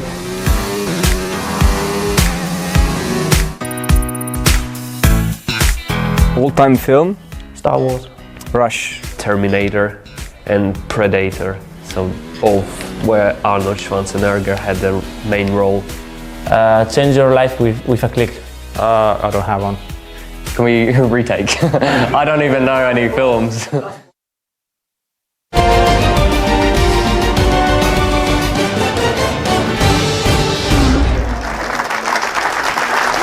Alrighty then, welcome back to the F1 Pro Series 2019. Last year's runner-up, Daniel Berezni, was back at the head of the grid, and after a ding-dong battle with Freddy Rasmussen, he held on to claim his first win of the season. And let me tell you, could see just how much it meant to him when he crossed that line. So here we go then, 2 races down and just 1 to go, and what an iconic track to finish the evening. Charles Leclerc gave Ferrari their first win at Monza since 2010, but it is 43 years and counting since an Italian has taken the checkered flag. Ludovico Scarfiotti winning, of course, in a Ferrari. Now, David Tonizza has a chance this evening of going some way to easing that burden. Ahead of the race, Rosanna caught up with him and fellow Ferrari Driver Academy member Mick Schumacher.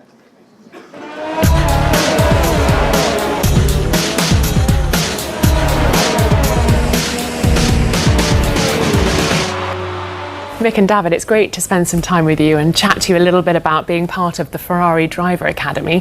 Mick, you've been part of it for a while. Any tips, any lessons that you could give David about what it's like working with the Ferrari team? I would say enjoy it. Really, it is nice.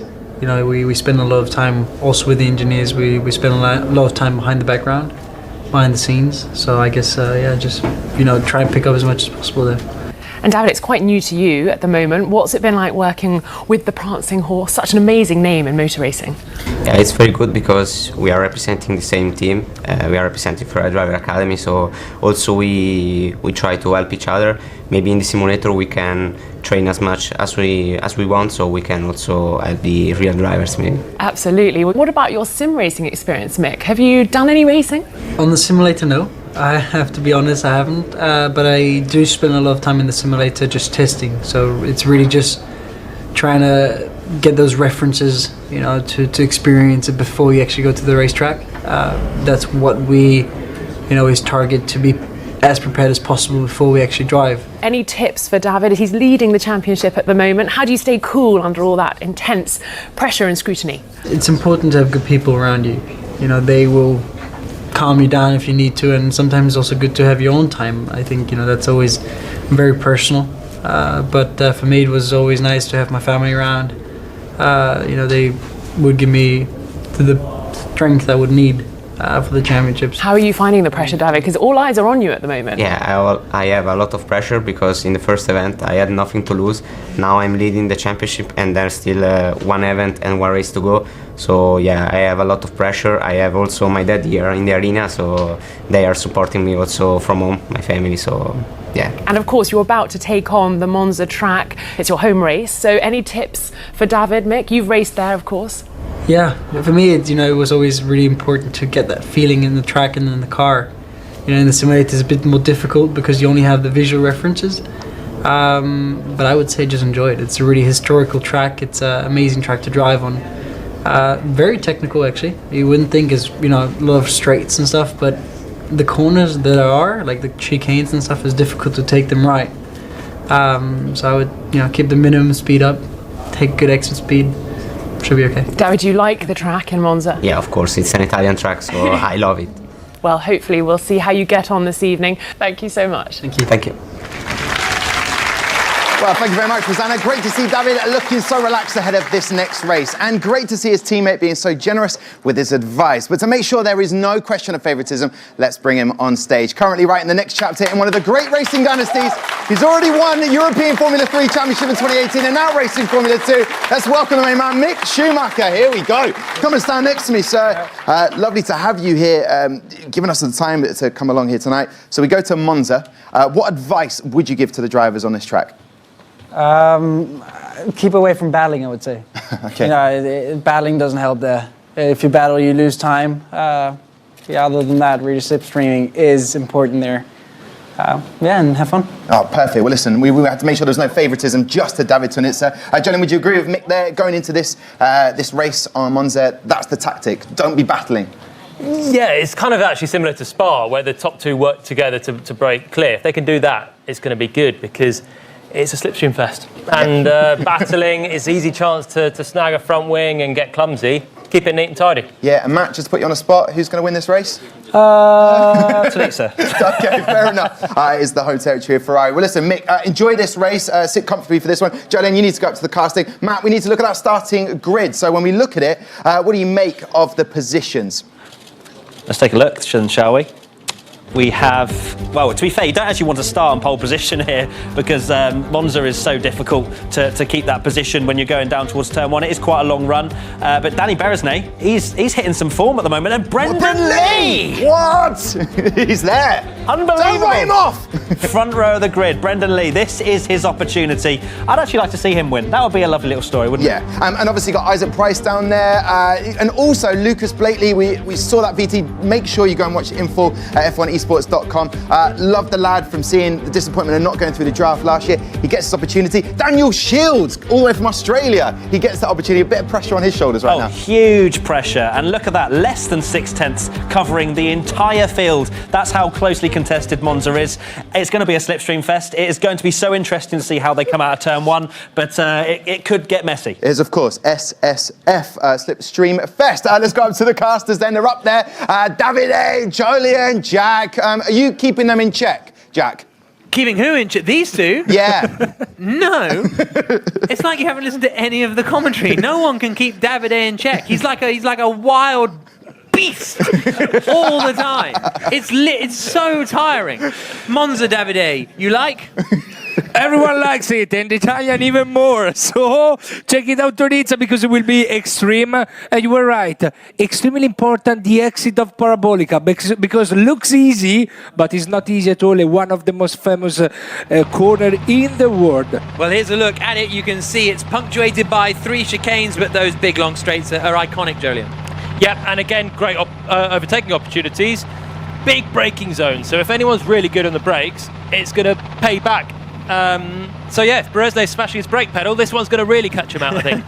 Yeah, he really struggled in the first race weekend, battering his brake pedal, and that cost him a couple of places. But alas, he'll be hoping not to do that. And as they say, Brendan Lee, second on the grid, he hasn't won a race since last season. He hasn't won a race this year, and he's the 2-time defending champion. That's crazy, isn't it?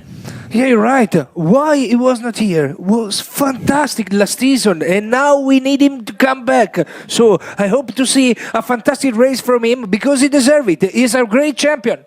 We've also got Nicolas Longuet starting in 3rd place. It's his first race for the Red Bull team, the 17-year-old French driver. There is Brendan Lee that we're seeing down there, and there is Longuet, who's starting in 3rd place on the grid. As I say, his first race, so no Joni Tormola in this one for the Red Bull. Merci for the thumbs up, appreciate that. Hopefully we don't go around all the drivers and it's going to test all my language skills, but there we go.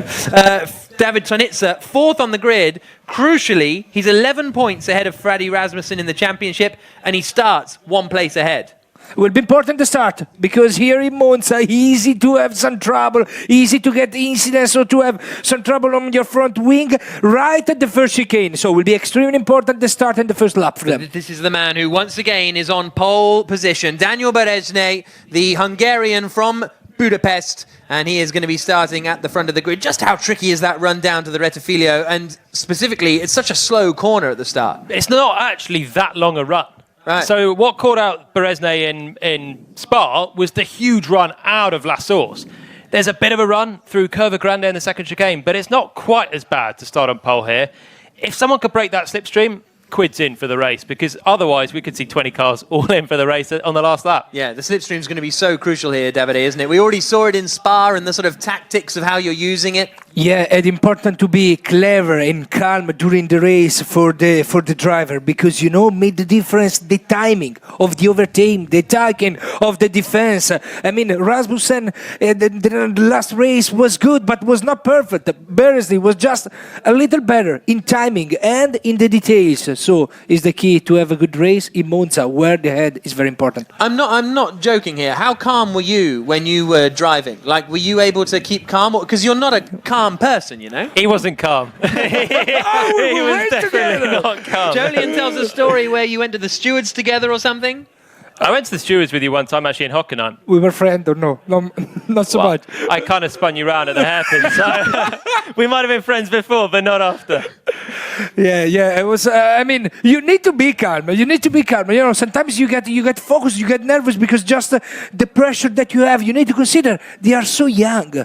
They are doing the World Cup. They are doing the maximum of the sport. So it's not so easy to maintain the rhythm of the driving. But you need to be here, very lucid at the end. When it's important, be clever and smart to do the right move at the right time, and brings you the victory. Yeah, absolutely. So Daniel Beresnay is going to be starting on pole position for this race in Monza. Brendan Lee alongside him on the front row of the grid. Those two teammates at the Mercedes team last year. Then it's Nicolas Longuet in 3rd place, David Tonizza 4th, Freddy Rasmussen in 5th. How much, if you're David Tonizza with Freddy Rasmussen behind you, how much are you paying attention to him specifically in your championship fight? Because it is kind of a 2-horse race up at the front now. They are 21 points clear of Jarno Opmeer in 3rd. Yeah, that Opmeer is the 3rd, is the small horse. Yeah. Is the little horse with the 2 big horses. So if they wipe each other out and Opmeer suddenly collects a load more points, then, it doesn't look so clever. So they've got to focus on each race, try and win. Tonizza starts 4th.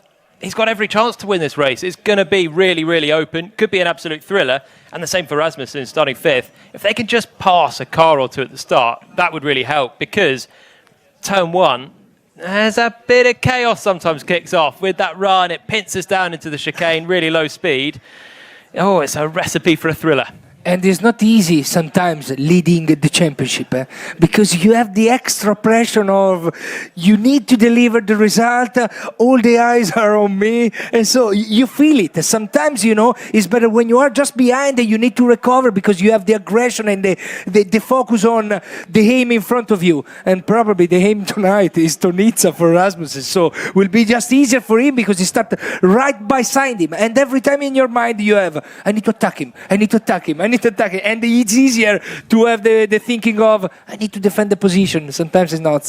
How long did you lead the championship for in GP2? Like, did you lead it all season, so you had that pressure all year, or you came into the lead sort of right at the end? No, I was leading, and then I lost the leadership. Then I was leading again just at the end. So, sometimes when it was mid of the season, I was leading the championship. I was not delivered so well like at the beginning. And also this man beside me won the same championship, but he was leading the championship from the beginning to the end with no pressure. So sometimes we deliver in a different way.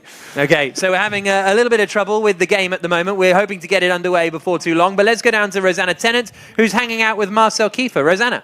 Thanks, Jack. Yeah, Marcel, what are you expecting from this race when we get the system going? Sport Pezza Racing stand a good chance around this track? Definitely. I mean, especially Dani, it's his home track, so he's fired up, and I think we can definitely do a good job. But our aim is always just to do the best. We don't know what will happen. We already saw in Spa and in Germany that there's a lot of carnage going on and chaos, so yeah, we're just trying to keep our nose clean and do the best job that we can do. And is this a circuit that you like racing on? Yes, but the slipstream is quite strong, which I don't really like. So choosing not to race here, so it's putting two different members of the team up to take on the Monza circuit. Yes, I'm also excited for Lucas and really happy that he gets this chance because he definitely deserves it. He has a lot of pace and raw potential, and yeah, can't wait to see them. And what are you making of the competition so far this series? Slow. No, just kidding. I mean, all of them are incredible. All of the drivers deserve to be here. And we could see, I think, pole and P10 was separated by 2/10, which is incredible considering in real Formula 1 this wouldn't happen. So yeah, I think everyone is really good. Well, exciting. It's time to go racing. It's 7/10 of a second or 6/10 of a second from Daniel Barèzne on pole down to Gianfranco Giglioli down in 20th position. Astonishing scenes and incredibly close. You can see the drivers there all lined up and pretty much ready to go. Wonderful arena here at Gfinity. You can see them all in their custom rigs, getting ready to start this race at Monza. Daniel Barèzne on pole position, but that's David Tonizza, the man on pole. That is the man in fourth in the championship, leading the title race. Fourth on the grid, leading the title race. There we go. That's clear for you, isn't it? Jarno Opmeer closest towards us there for the Renault team. He's starting down in 10th place on the grid, so he is the sort of third horse in this race, some 20 points behind the opposition, and he's starting down in 10th, which is going to be tricky. But we are into the start of the race procedure. Daniel Barèzne in the Alfa Romeo will be on pole position. Everybody joining the lobby now, and once they're all together, the race will be getting underway. Brendan Lee alongside him on the front row of the grid. Let me say quickly that the pole positioning is on the outside line, important for the first break, because you are on pole, you should be on the right. No. So Barèzne on pole, Lee alongside him. We're racing in Monza. Looked like quite a bit of wheel spin for Brendan Lee. Very good getaway for Nicolas Longway as they come down towards turn one. And indeed, Lee is dropping back a little bit and he's wheel to wheel with David Tonizza into the braking zone. Barèzne leads, Longway second. Third is Brendan Lee, but he might get pushed onto the grass, just about keeps it together. David Tonizza up into third place then. Round the outside of Curva Grande. That'll give him the inside line for the Della Roggia chicane. But Daniel Barèzne has held the lead of the race. Bono Huis trying to follow through on the inside of Brendan Lee as well. Doesn't quite manage to do it. So the top five safely through. David Tonizza from fourth up into third. Brendan Lee from second down to fourth. Halfway around the first lap, Daniel Barèzne out in front.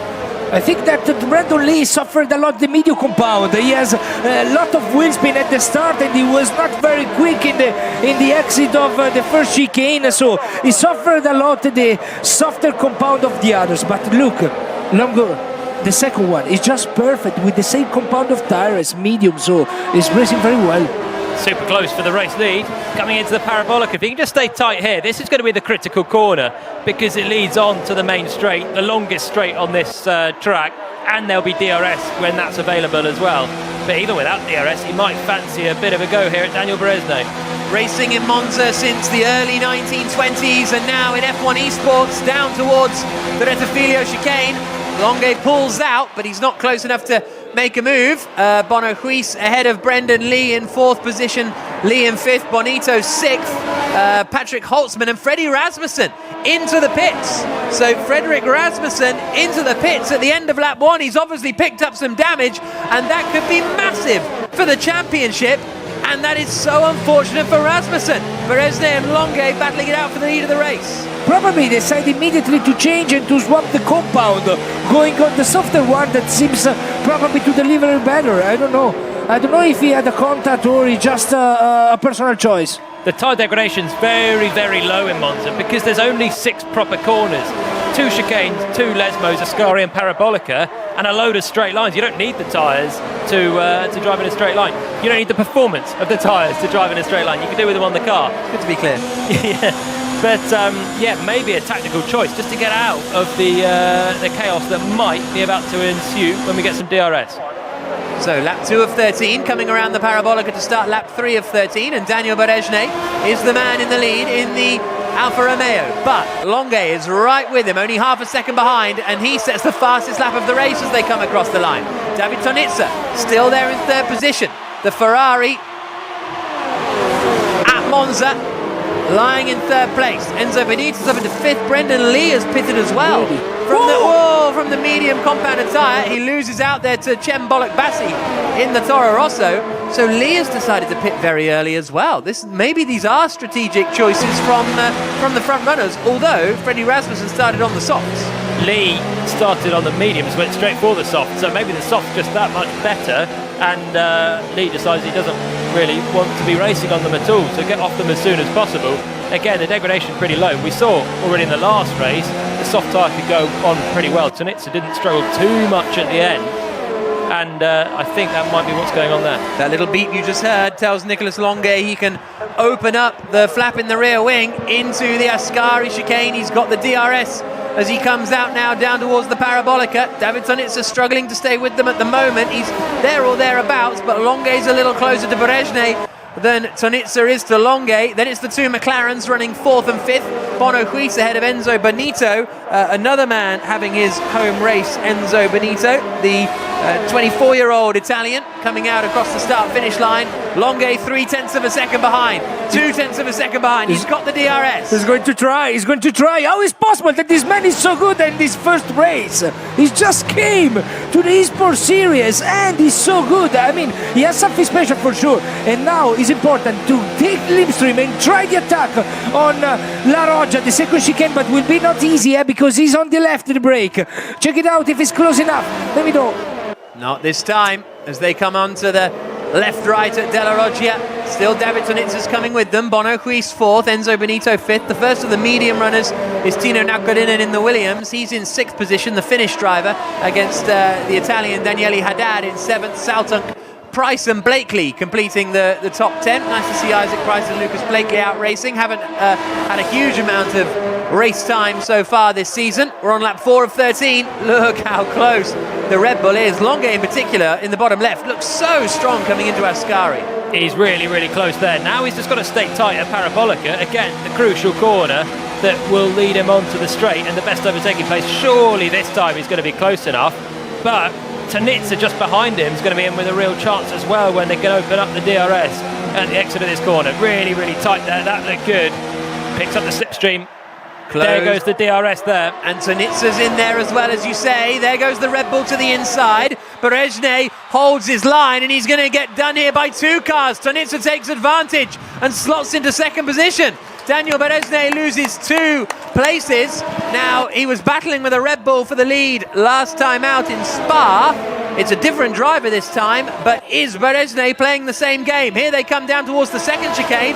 Is Tonizza going to go for it here? He is not, as they come into the left and the right at Della Roggia. Longue went in a little bit deep, but Tonizza can't take advantage going into Lesmo 1. So Longue in the lead, Tonizza second, Berezhny third. But Berezhny needn't panic because that's about to happen for the next time. I'd say third place. He's still in that leading gaggle. Look how close the three of them are. They've got a good second and a half to Bono Huis, who's not quite able to get in the gaggle. That means the three of them are breaking clear. And now it's going to be Longue that's under big pressure from Tonizza and Berezhny over the line. They're going to keep swapping places because of the nature of this track. Out they come then onto the back straight down towards the Parabolica. Tonizza might even have a little look through before they get to the Parabolica. Such is the strength of the slipstream there. No DRS needed for Tonizza to pass and get into the lead of the race. But for how much longer? Because here comes Longue. Back at him and into the pits comes Tonizza. Longue had to take pretty evasive action there. Tonizza is the first to pit in the Ferrari.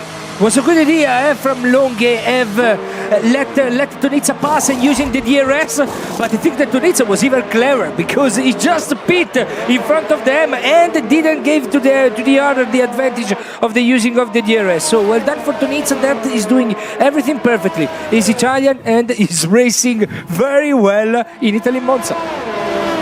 Tonizza pits, Bonito pits as well. Brendan Lee now up into 8th place. Where does he emerge compared to David Tonizza? That's going to be quite interesting. I think he's in 7th place, isn't he? Behind David Tonizza, only 2 seconds off Tonizza. So it still seems an odd strategy at the moment on the face of it by Brendan Lee, but he is up into sort of second position at the moment, although they won't be once Longue and Berezhny come into the pits, but he might have leapfrogged the McLarens. Here come the two leaders, Longue out in front. Berezhny doesn't seem to quite have the pace to stay as close with him as the leaders have been previously. Longue had DRS on the last lap because he let Tonizza through, of course. Yeah. This time he won't have DRS and Berezhny is going to be right on him just half a second. But will they both dive for the pits, having seen Tonizza go? Longue! No. Little dummy! Little dummy! Cheeky! For a debutant, he's got a bit of nerve, hasn't he, Longue out front? Well, but we need to understand him. I mean, it's his first race. He's leading the race in Monza. You can understand at the level how high he's here. He's top in the world. I mean, he's doing everything perfectly, Nicolas Longue, and he's just surprising me. He's a clever guy, I think. He's really worked this all out. Not only is he very quick on his debut, but letting Tonizza through into Parabolica meant he had the DRS.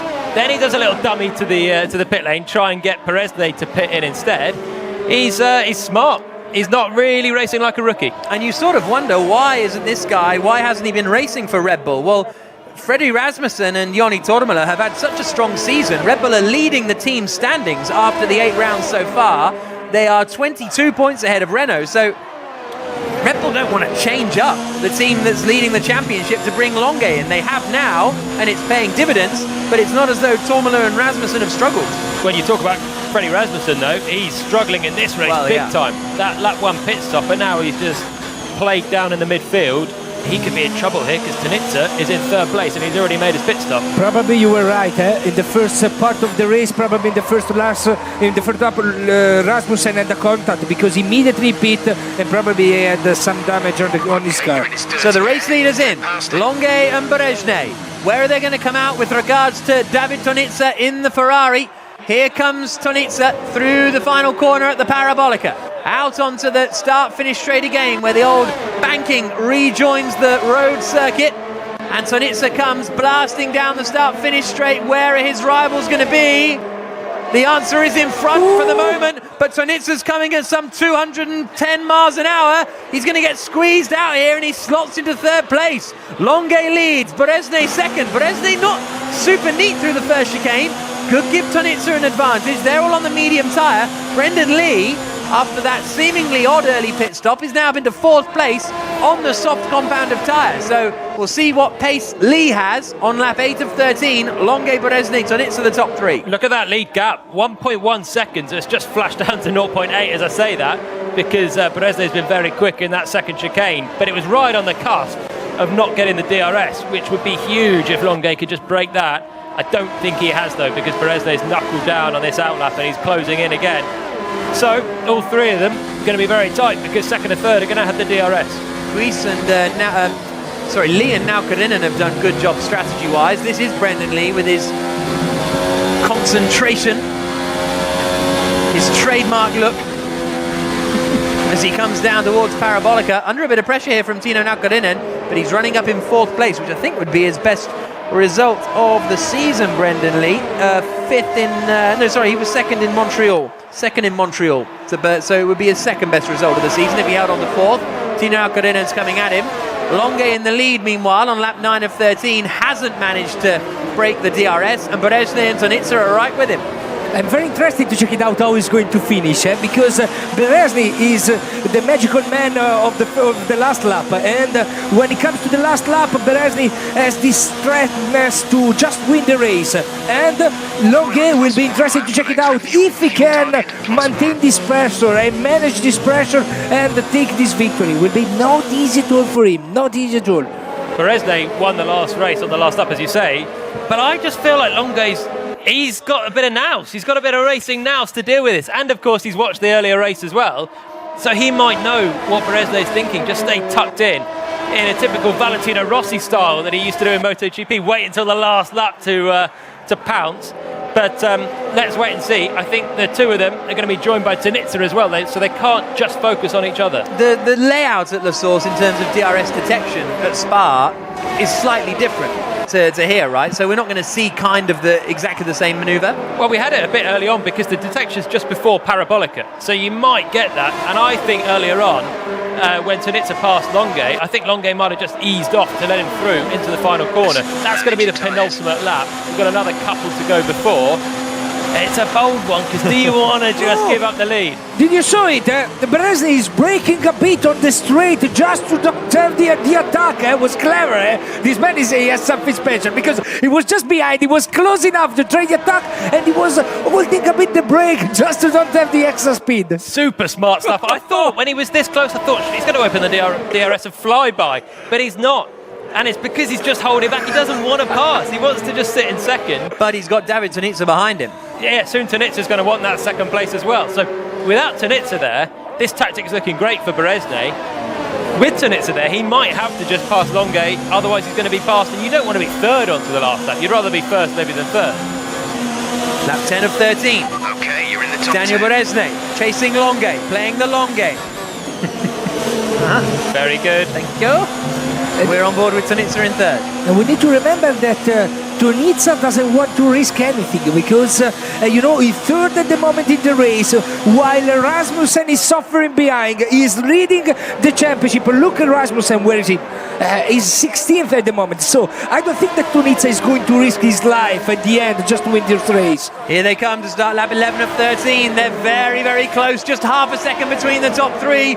Longue leads. Beresne has to go for it this time. Tonizza comes with him in the Ferrari. Oh, a little bit of a move across under braking from Longue. That was very tight. He's just about managed to hold on to that second place, but that was a real close one under braking. And look behind, because Nakarinen's within a second, Lee's within a second, they're all within a second.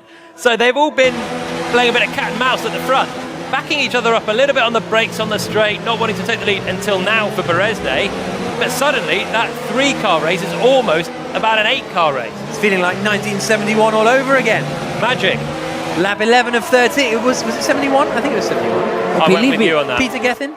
Anyway. I don't know that year, but now Karinen is flying. Check it out, he's 4/10 of a second just behind the Tonizza. I mean, this man is good enough to try the victory. Usually, we don't see now Karinen there in the top 3 position. Today, he's strong enough also for take the victory. Soft tyres for Nakarinen, and that's what's giving him a good pace advantage as well. So the top 3 are still duking it out for position. But there's now a 4th car in the race, and the 4th car is probably the quickest of the lot on those soft tyres. So we're about to start the penultimate lap of the race, lap 12 of 13. This is one of those you just wish had a couple more laps in it as they come across the line. Beresne leading, Longue behind him in the slipstream, not super close. Now Karinen's in there as well. Does Tonizza send it? Longue goes in round the outside, almost on the grass as they got onto the brakes into the first corner. Davide, are you okay? No, I don't know, but he opened the line a bit too extreme. From my point of view, was a bit too aggressive. I don't know. What do you think, Palmer? But that was Palmer. You don't have to do it. What do you think, Palmer? I think Davide's on the cusp of a seizure, but apart from that, it was really dubious racing out front. They were really risking it, having that little touch, and they got away with it somehow. We don't want to see this one end in tears because they've been racing so well, and I mean, that one was really, really tight, but for me, race on. Still within a second, one more lap to go. DRS open, they're going to close up again. 4 for the lead, coming down to the Ascari chicane for the penultimate time. One more run going down into the Rettifilio chicane. We're on board with Tino Naukkarinen, the Finnish driver, running in 4th place on the soft tyre, closing in on David Tonizza in front of him. Onto the brakes, into Parabolica. Naukkarinen, I think at this point, realises that 3rd is about all he can manage. It's going to be that Longue versus Beresne battle for the lead, coming down into turn 1. Longue is doing it. He's closing in. He's looking to the inside, coming down to the first corner. Beresne holds his line. Tonizza goes in a bit deep. And this is, Naukkarinen's got a grandstand view of all of this. I think Beresne might just about have enough. It'll all come down to this Della Roggia chicane potentially. Here they come. A little look to the inside from the Red Bull. He's a bit too far back. Longue just a little too far back. Tonizza 3rd, Naukkarinen 4th still. I'm amazed Beresne's held on with the DRS. I thought that would be too powerful over the line to start that last lap. Not the case right now. And Longue's about to add DRS again for the second time, but Beresne's pretty quick through those Lesmos, and he's just extended slightly. Here we go, DRS open down to Ascari. 2 real corners to go. He was a little slow coming out of Lesmo 2 there, Longue. And as a result, David Tonizza is right behind him as they come into Ascari for the final time. One last overtaking opportunity at the Parabolica. Who's going to be close enough to do it? Tonizza's closing in on the Red Bull, but Beresne should be able to hang on. Down through the Parabolica for the final time. Lap 13 of 13. It's Daniel Beresne who is the winner in Monza. Another win in the F1 Esports Pro Series for Daniel Beresne. Wonderful drive once again. 2 wins in a row, and after a very difficult start to the year, Beresne is back. He knows how to do it. At the last lap, he's the man. I mean, he's calm. He's just so quick. At the end, he's the strongest one. So Daniel Beresne takes the victory. A fantastic race in Monza. We had 4 cars for the win, and we'll have all the reaction from that fantastic race when we come back in a couple of minutes' time.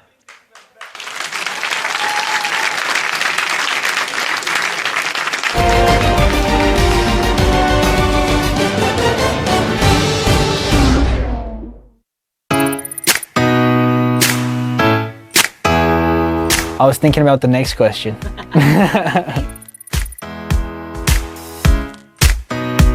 My first computer game I ever played is Gran Turismo 2 when I was 3 years old. GP2.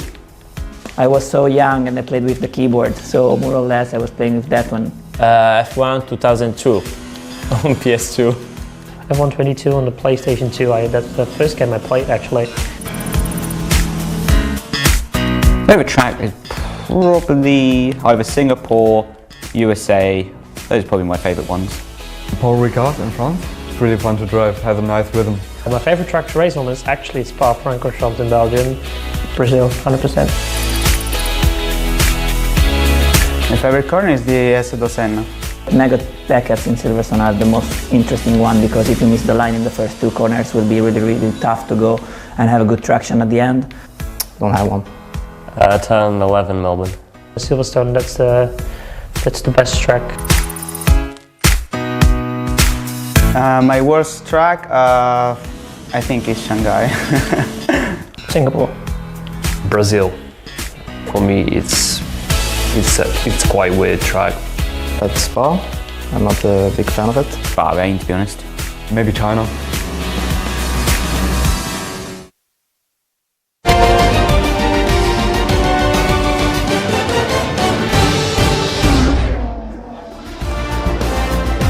All right then, our last race of event 3 of the F1 Esports New Balance Pro Series 2019, and it went down to Monza, the first ever time at Monza. We'd heard all the stories, what the driver should do, from Mick Schumacher, from Jolyon, and from, of course, Mr. Matt Gallagher. He just couldn't pick a winner. Well, the winner was the one and only Mr. Daniel Beresny, and he joins us right now.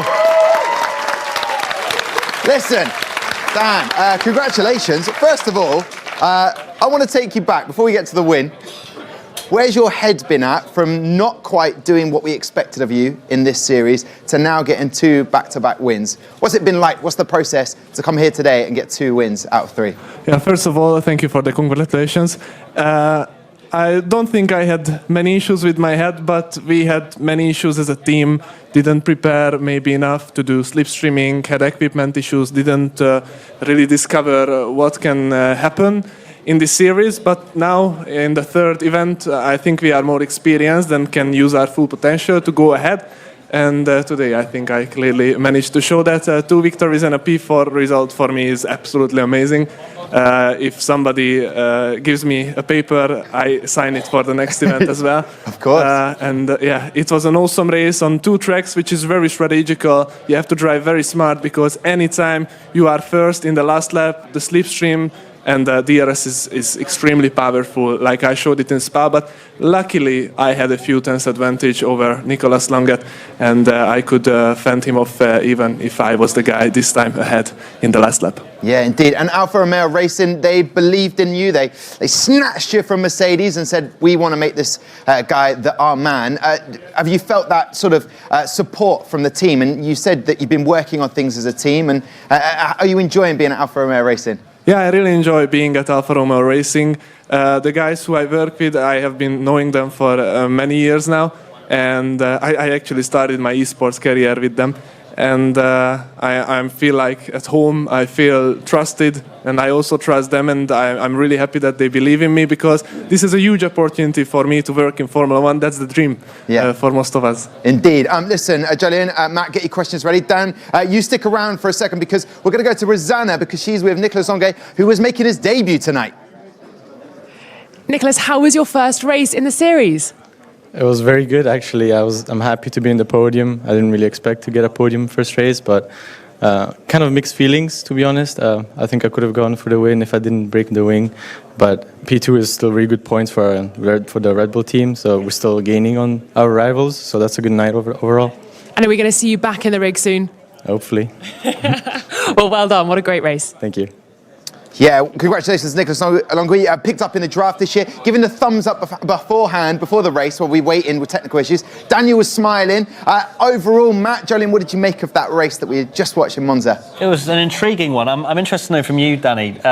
Was your strategy that you wanted to be first the whole time? Because I guess that was changed, because it wasn't just 2 of you. You had Tonizza as well.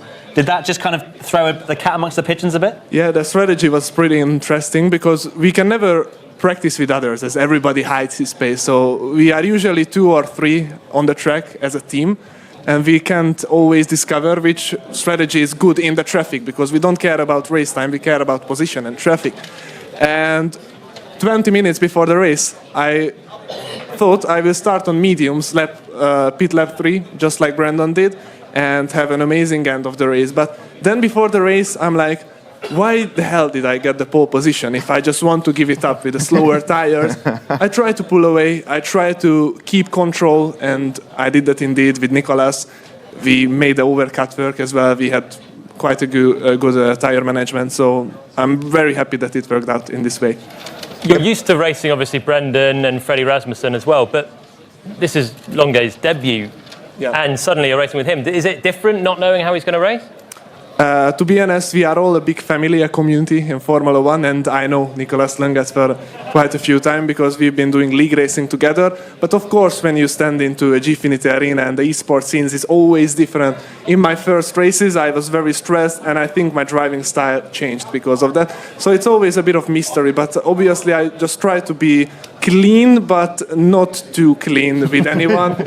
Be within the rules, be respectful to all the drivers, but try to keep my position as well. Yeah, well, listen, congratulations. Once again, let's give it up for Daniel Berezny. Fantastic showing in event 3 today. I'm going to give you a little handshake as well. Why not? Listen, there you go. The drivers still have 3 races to go, and you've got until the 19th of November to qualify for the 2020 Pro Draft. To get involved, just load up F1 2019, head to the F1 Esports zone to enter, and you could win an all-expenses-paid trip for you and a guest to the 2020 Australian Grand Prix. Head to f1esports.com for more information. That is just about it from us this evening. 9 races down and just 3 to go. Make sure you join us back here. Get it in the diary December the 4th when we will find out who will be crowned New Balance F1 Pro Series champion for 2019. Now, there is just time for me to say a final thank you very much to Jack, to Davide, to Rosanna, to Matt, to Jolien, but most of all, thank you very much for joining us. And to this crowd as well, give you a massive round of applause. Thank you for joining us. We'll see you again next time. Good night.